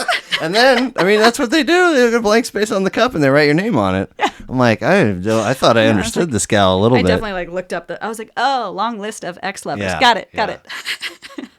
Yeah. So it's fun to help people understand like her more, and then I feel like it heightens the experience of listening to many of her songs, and like even the love songs too. Yeah. Yeah. How have these educational tidbits played out? Have people come to you and you've like, here's my syllabus. I'm joking, but here's the assignment, and then you communicate with them after the fact. And deeper connections are made. Is that kind of how this has gone? Okay. Yeah, kind of. Have you ever had somebody drop out of one of your classes where they just didn't do it, or what? You know what I'm saying? No, these are mostly just friends that have asked. Okay. They're like, it's got to be exciting. I say my biggest flex is that when people in my life think of Taylor Swift, they think of me. So Dude. Her song Tim McGraw is like, I hope when you think Tim McGraw, I hope you think of me. So my biggest flex. Okay. When people think of Taylor Swift, they think of me. I'm not kidding, and we haven't even really covered how you know Tyler, but I was on how's the podcast going, and I think he hasn't asked for a while, which is fine. I don't. Yeah. I started this thing, and I was so cringe because I would bring it up everywhere and anywhere. You're excited and about then it. I felt like I had to undo dial it back. And now it's like if I'm somewhere and somebody's introducing, hey, he has I'm like, fucking shit, don't. Like, if that's gonna come up, let it come up organic. Please don't. So if he doesn't ask me about it for several visits, it feels like the air is clear. We could talk about anything. Awesome. So he asks me a month ago or 3 weeks ago, and I go, actually, I have this friend coming, and it's part of this series. And literally, I didn't get the sentence out, and he goes, and I go, what? He goes, I got your girl. I think he might have said, I know a couple of people, but that ended up just being you. So his wife is a Swifty too. Okay. I don't know if. And how do you guys know each other? Just he's been my chiropractor for a long time, that's and then his wife Lindsay and I had babies at the same time. Okay, cool. So we went Very to cool. breastfeeding support classes together, and play dates, that kind of thing. He He's also my patient now. For real? Yeah. Nice. They reside in the neighborhood near our shared educational institution. Oh. I believe. Yes. Yep. Prairie Village. Mhm. Nevertheless. So Yeah. I really love almost every piece of information and experience that you have shared with me. Perhaps the biggest curiosity, as a somebody that is still becoming a Swifty, is that you have 1989. You have Speak Now. You have 1989, and then the records that you skipped over to get from 1989 to Midnights, which is you gave me 3. Yeah. I mean, no slouches in there. Nope. I love them and, all dearly. And Midnights has been. It wasn't like something that spoke to me immediately. It grows on you. It grows hard and fast. I'm like, what? Yeah, to the point where I'm like, I'm in the mirror, like, I thought I knew you. You know what I'm saying? Because it's like, how did this almost not resonate at all to where this is a really good, and Sophia called it elite. I agree. But I mean, I agree. Lover, Evermore, Folklore. Yeah. Are I also love Reputation. Reputation. Okay. Yeah. Jeez. I love. We're skipping I know. some serious But stuff. if I got to pick top 3. Which I don't think I said you had to. Okay. Regardless, you did. I did. And they're because it's a question that I often get asked, and so I've had to think about it, and I've felt so put on the spot many times where I'm just like, I have to pick a favorite. I don't know how to do this, so I did it very systematically. I didn't print a copy because That's okay. You can grab that if you want. I love it. I don't have a record player. I want one, but I also have small children, and I feel like that's maybe an investment for later in my life. Yeah, for sure. I bought 2. I was like, there was 2 at Target. I was like, I'll take this one and this one. Well, and then later I was like, get the other 2 now. Well, I was like, why did I do that? And now I don't know. I mean, anyway. You got to hang it out like a clock on the wall. I know. But then I can't. Yes. Whatever. Conversation for another day. Cool. So you've been asked. I've been asked multiple times, what's your favorite Taylor Swift album? So actually, at one time, it was so cute. It was a little like herd of girls that I was going to pick my daughter up from soccer practice. And there was this herd of girls, assuming to go to their own soccer practice or whatever. And they were all talking about Taylor Swift. And I walked by them and I just got this big smile on my face. And I was like, oh my gosh, look at these girls. Like, they're just talking about Taylor Swift. It's so much fun. And I'm like 10 feet past them. And one of them, I think she must have seen me smile because she yells at me. She goes, hey, are you a Swiftie? And I was like, oh, girls, I have been a Swiftie since before you were born.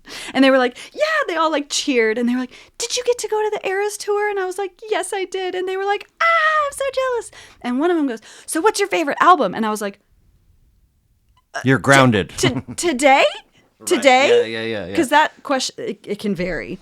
But then even like at the experience of my first Taylor Fest, this new friend asking, well, what's your favorite album? And I was like, I think it's got to be 1989. And it's because of like where I was at in my life and how it made me feel and going to the show and experience it anyway. But so in order to actually determine what my favorite albums are, I went on, somebody on Reddit created this like thing to help you figure this out systematically. Like a Google form? It gives you 2 poll. Taylor Swift songs, and you have to say you like this one better or this one better, or that you like them the same. But the more you click the same, it's not as helpful. So you have to rank. So it just gives you 2 songs, and they can be from any of her albums, and you have to pick which one you like better. And it keeps doing that until you go through all 200 plus songs. Oh, shit. So there's not a Cliff's Notes to it. that was a fun Saturday for me. Right. Because I'm like, I got to like play a clip of this and play a clip of this one. And then it would give me 2. And I'm like, I love them both. How can I pick? But I did it. And sometimes I would just have to like whichever one I'm feeling, which one am I feeling more? So I had them rank all of the songs. And a friend had done this and posted it on Instagram. And then she had gone through and then made like a Google sheet of it and categorized each of them. So it just gives you all of the songs after you're done. like how you've listed them. She went in and categorized them each by album, and then you can then see based on the average of wherever the number is what your favorite albums are and what your top whatever. So Smart. based on that, Midnight's is my favorite album. Oh. And I think it's because it doesn't have any skips for me, whereas every other album maybe has like a song or two that got ranked much lower. But I was shocked because, like I said, 4 1989 songs were in my top 10 of all of the Taylor Swift. And it still was, so it was Midnight's and then Speak Now in 1989. And I was like, okay, I guess that's my answer. There you go, right? And so I made a playlist of my top, it started off as like top 25. And then I was like, that's not enough. So it had to be top 50. And the more and more that I listened to those, I'm like, yeah, this was accurate. And I'll like rearrange things here and there just to be, nitpicky about it. Yeah. But based on that very scientific information, Midnight's came out as the winner, which I was surprised by. Cool. But I was like, I get it. It also just hasn't like stood the test of time yet for me, because it's only, a year old. Yeah. And some of these other ones have been a part of my like history for years and years and years. Right. But I also, those are very good points. I also think it's a possibility, you can't really remove like my level of awareness about the fact that this record was going to come out is something. And you're not even on the same chart as far as your awareness of the fact that this record is going to come out, Yeah. So there's a part, whether you like it or not, there's a part of you that's invested in the record before listen one. Yeah. And some of that I think comes Yes. out in the test of time piece. Yeah. But it also could just be, a top. Like, it's a really, really great So album. what do you do if you're her for your next thing, oh man, There's so many things she could do. So she could release an album that has live versions of lots of her surprise songs. Could be a fun thing. She could release an album that has lots of vault tracks that we still didn't get, that are still like in the vault. Yeah. But I'm talking be writing new stuff. Okay, She could let's camp there for 1 second. Yeah. There's no way folks are not gonna say yeah, but even if it's great, even if the newest collection of new material is great, and there's gonna be folks that are like, it's no Midnight's, Right. Which is not fair, but it also could be accurate. Yeah. Well, there were a lot of people that said that about Midnight's because they came on board during Folklore and Evermore, and Midnight's is a departure. Yes, from that. Of course. And it's a hearkening back to. Yeah. How many Yeah. more collections of new material do you think she puts out before she's like, you know what, I'm done? I don't know. I think she'll at least release 13 original albums because 13 is like her number. Yeah, is that part of her IG or one of her social media? Yeah, it's just Taylor Swift. There's not a 13 anywhere? Not in her official account. Shit. So her birthday is December 13th. Okay. And I think through Speak Now, I think she stopped doing it in red. She would write a 13 on her right hand that she would hold the microphone with before all of her shows. It was just like her lucky number, and it was just a thing that she did. So I feel 13 is her favorite number. One of my posts about Sophia's episode, whatever at Taylor Swift I use, there's the 13 on the end. There's a lot of fan accounts, and I follow many of them. Yeah. It's fine. And it's like Taylor Swift 13 is one of them. Okay. Yeah. Okay. Yeah. I got to fix that. Unless it's on Twitter, and then you can't edit tweets anmore, thanks to. I'm not on Twitter. Well, I don't know. it doesn't. I only post on for this. I only post on Instagram and Twitter because I just perpetually don't know what to do with Facebook anymore. I open it so many times a day, and I'm like, that was disappointing. Yeah. Why did I do that? I check a notification, and then I'm like, yeah. okay. Anyway. Anywho, yeah. So I think at least 13. Okay. Because yeah. Honestly, let's say she has to. Let's say you're right. What do you suppose she does after that? I mean, she's still got a ton I don't know. of life. I mean, there's people left. like Beyonce that like still have these record-breaking, amazing world tours as, a wife and a mom. Right. Like they might not be as frequent. I think Sure. she would just slow down. Okay. But okay. I don't see her stopping performing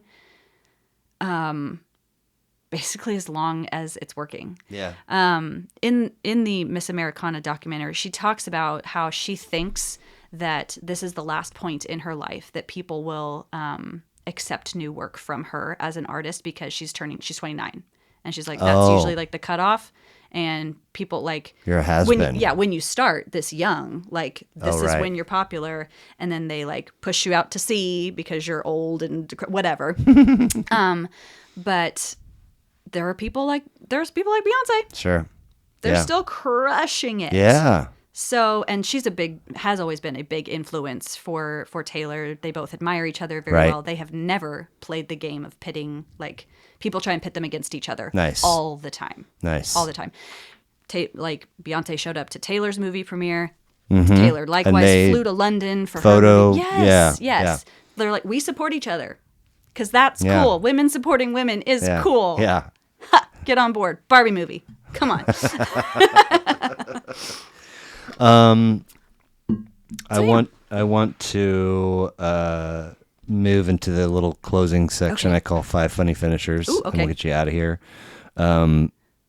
If you want to plug Noonday Collection one more time sure. and where folks can find it and maybe support you if that's a thing you want to Oh yeah, speak to. That'd be so sweet. So I'm on Instagram, christie.from.kc. Okay. I've got, link in my bio, a link tree. Most of what I post on that Instagram account is pictures of me wearing the product. Here and there, I'll share some of the stories. It's more fun in person sharing the stories. So, I do more of that at the in-person parties. But yeah, there's a link to shop anytime. You can go to the website. All the pieces are beautiful. Every single one is handmade with love by an artisan, and it's making a difference in their lives. Cool. So Say the handle one more time, please. mine? Yes. Okay, christie.from.kc. Cool. Very Christie cool. from KC. So I post about, we have a couple new line launches every year. I post about sales, stuff like that. Nice. So Very nice. yeah. Good deal. Yeah, I have fun on Instagram. So these are just silly. You're an iOS user, right? Apple. Yes. Okay. Yes. What do you have an opinion right. on the concept of red receipts? I mean, I don't turn them on for most people.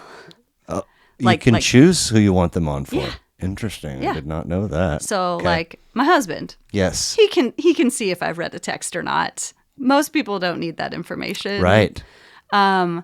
I, however, am one of those people that panic if I have a red dot on my phone, like a notification. Uh-huh. I'm like, that's got to go away. Okay. So if I have a text, I'm reading it. And if Okay. I read it, I feel absolutely compelled to respond at that time. So Thank you. boundaries are still something I'm working on. Because I could, read a text and get back to it when I'm able to, but I will like stop what I'm doing and respond Okay. right then Now, instead of just letting it linger until yes. I'm able to. So do you use the edit pins feature? Edit pin. So, like, just for example's sake, I send you a text saying basketball goal, and I'm at the top, and then your husband text me when you get there, and then your mom, are you coming over? So now I'm in the 3 spot. Oh, like people that I've pinned up at the top. Yes, yeah. you use that Oh, feature? yes. Yeah, Okay. it's maxed out. What? How big? How 9. much? 9. I've had 5 or 6. I'm like, oh God, I feel weird. I'm the only one on my husband's, and I'm like, no. Nice. Yes. Right. Usually myself. I am the only one on mine because my previous gig, I had a work phone, and I didn't want it, but they were everybody, and so I would just hear to my daughter, and so she would message friends, watch TikTok, and we would send each other TikToks often, That's mostly if the company ever looked at a pie chart of how this phone, they would be like, "Oh my God," So very productive over here, Blair. Well, I don't want to carry two phones. No. Also, That sounds it awful. Was Patients that will set both of them on their lap before I lean them back. I'm like, ugh. yeah. There are. It was like year 6 in a 10-year stint. Mm-hmm. It's like I'm not going to all of my people and telling them that I have a new number. Absolutely not. So anyway, I would hey, show this one to your brother, Yeah. and it's gone now. So the only way I can remember is if I'm pinned at the top, and if it's got a dot, Yeah. I'm like, oh, I got to show somebody something the next time I see them. There you go. Yeah. Yeah. But there are, I don't want to say a lot, but there are definitely people out there that are like, it's not that important to me for me to know that you read my text and haven't responded. They're like, I don't understand. I'm like, what don't you understand? That feels inconsiderate. Yeah. I don't like it. Like Facebook Messenger, you can see if somebody's read your message. I know, because they're little. Sophia loves And to I'm call like, me you read my message. serial reactor, because I'm always like heart exclamation point, and she doesn't do very. And I'm like, I'm just letting you know that It's an old people thing. she's your age, I think. Gen Z, Gen Alpha, they're Right, like, no. right. Emojis, no. Reactions, no.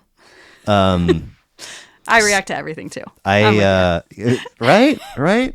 I hear you, buddy. You know, good stuff. Haha. That made me grin. Right. I'm letting you know. I need you to know that I read Yeah. it. They don't do that. The youths. I started using pins because, so much of everything is done on our phones, but so much of my previous position was there's an app, email, texting customers, calling customers. I mean, how many times have you been doing something on your phone and something new comes in and you accidentally hit it and then it takes you away? Yes. Whatever. It's annoying, but we recover from. What would happen often is I would be texting somebody, mostly because it's either a thing that they need to know or a thing that they've asked me about and are deserving 1,000% of a response from me. And so I'm, and then somebody calls, and the call ends up being let's just say 10 minutes long. And it's like, okay. Yeah. All right, I'm off the phone. What was I doing? What was I doing? Oh, I was going to email so-and-so. And inevitably, a few days go by, and be like, that's weird. That person never responded to the very nice answer that I gave them to their question. And you go back, and it's still... Drafts. Yeah. Oh, shit. You know what I'm saying? Yeah. So to walk the earth as that kind of person and meet somebody that's like, I don't give a shit if you see that I've read your text and haven't responded. What's I'm that like? What's that like? Anyway, you find out that tomorrow you have inherited $85 million. First move. Panic. That's not the right answer, I don't think. I mean, maybe if that's what gets your rocks off, I don't know. But stress about how to, invest it well, spend it well, which charities to give to. You're not. I mean, you weren't kidding. There's a little bit of truth. Okay. No. Your previous guest, she talked about how she suffered from postpartum depression. Hey, Okay. more of the anxiety, and still recovering from that. But anyway, good question. I think, first, just like pay off my house. Okay. I guess. Let's pivot I don't know. just this much and say, let's just, for the sake of ease, your husband has all the bandwidth and the capacity to immediately table or take all of that is panic onto his plate for you. Oh, okay. Yeah. So then, here, this is, now I'm debt free. Okay. And now it's your oyster. Like fun stuff? Yes. Yes. How many Taylor Swift shows would I see in Europe? I love it. I would definitely pick a show in Europe to go to. Okay. Probably do a lot of travel. Great. Honestly. Great. I Lot love of it. that. Have you been a bunch of places, and is there a spot right now that is like your biggest?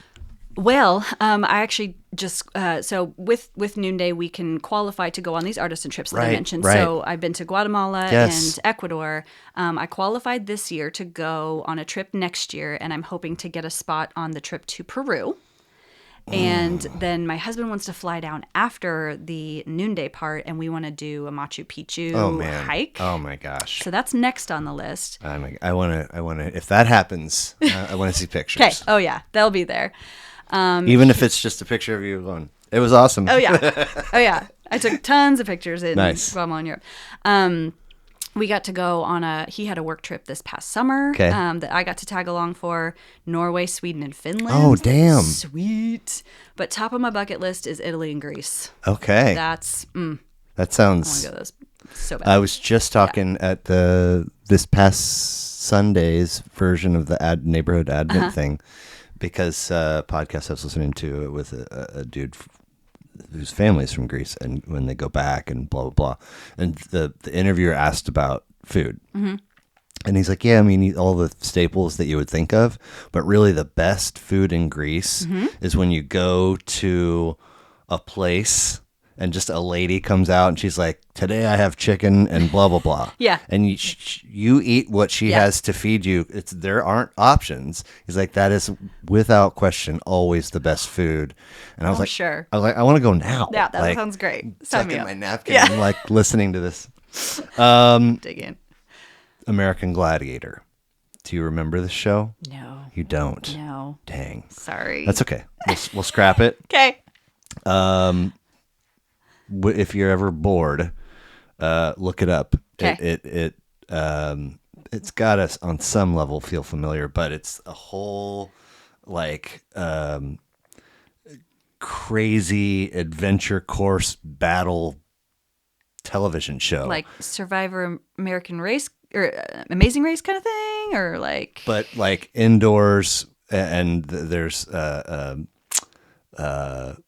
characters like and they're all jacked, like guys and girls. And so your job is to get across the room and put the ping pong ball in the cup, and they're like they have like cannons in their fire, or like not something that's going to hurt you, but Something that's gonna be entertaining to watch. yeah. And then you got like walls to climb and ropes Okay. to swing across, and they're trying to like make you American Ninja Warrior kind of thing. that. Okay. I believe there's overlap Okay. in that. Anyway, forget about that. Yeah, no.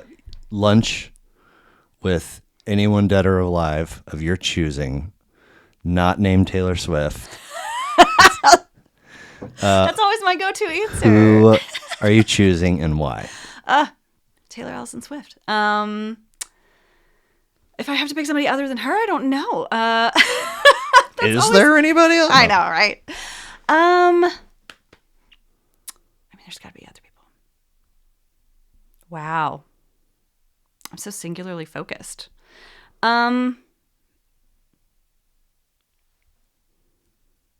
Like there's Sarah J. Maas. I'm sorry? Sarah J. Maas. She is an author. Okay. Yes. Lovely. And you know of her existence because I've read most of her books. most of her books. Yes. And does she She writes tend to write about fantasy, romantasy Oh, books. okay. So Okay. the only one of hers that I have not read is the second book in a series she is currently writing, and the third book comes out in January. So I want to have the third book in hand before I start the second one, because Keeping it fresh. I've been told that book 2 ends on a cliffhanger, and I don't like that.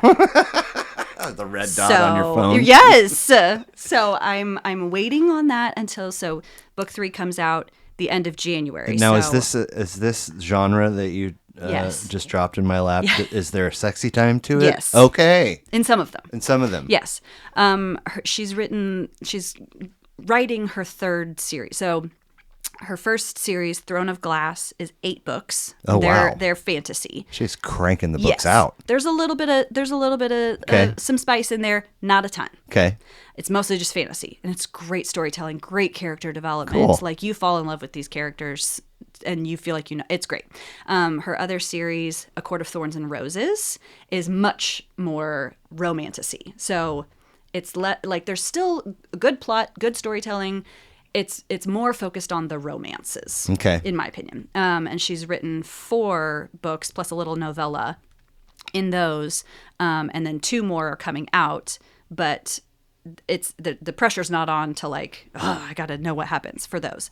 And then her third series, Crescent City, is I've read book 1 Okay. because I was told you can read book 1, you'll be fine, but if you read book 2. Friends have told me you will throw the book across the room when you finish it. Also, there's a crossover between some of these worlds. Whoa. So I'm so excited. Okay. Because whenever she writes a book, the last like about 200 pages of this book, it is the wildest roller coaster that like it happens every single time. Wow. Where I'm like, okay, I'm getting to the point of no return. Right. Like you reach that point in a book. She must be a fascinating person. Yeah, right. So I would love to. Okay. I would love to get lunch with her. Nice. You're given the ability to visit your past self at any age. What age are you choosing, and what are you saying?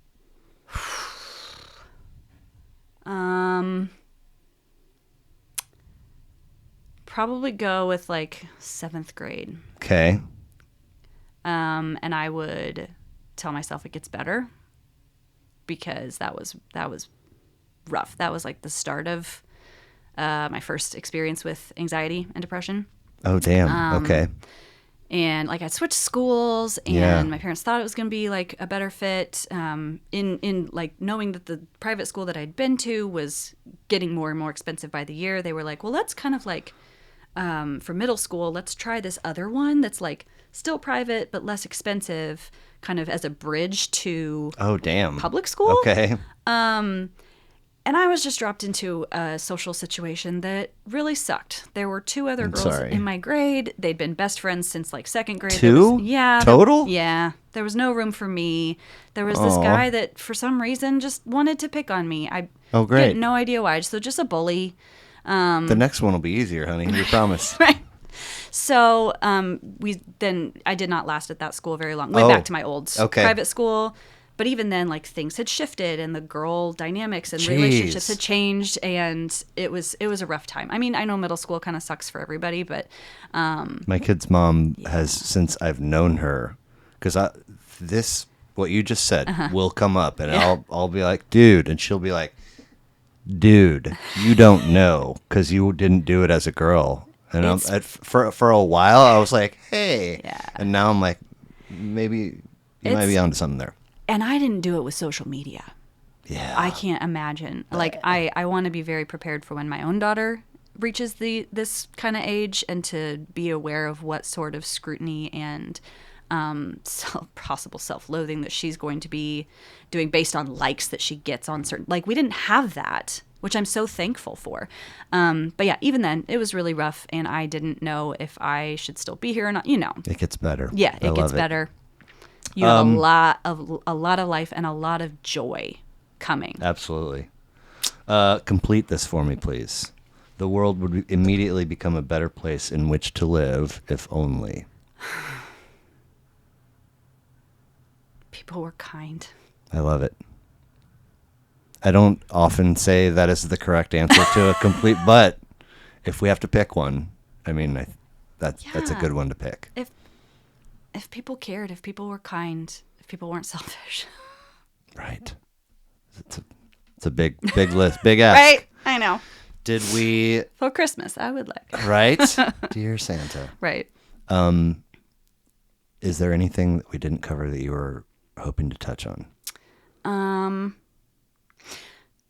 I think one thing I actually did, now that I'm talking about Sarah J. Maas and books, something I've really enjoyed with relation to Taylor Swift is in reading certain books, it's really fun to pick either songs or albums that we feel like fits a certain character from these books. Like I'm doing a reread of some of these Court of Thorns and Roses books right now because I'm getting some friends into them. Oh, fun. And so it's like, oh, I'm going to reread it with them. If you like this class of mine, you should also take... Yes. I've converted a friend of mine. I've done the Swifty 101 with her. I've converted her and another friend. Like her and I both are readers and Taylor Swift fans. We've converted her into both. It's been great.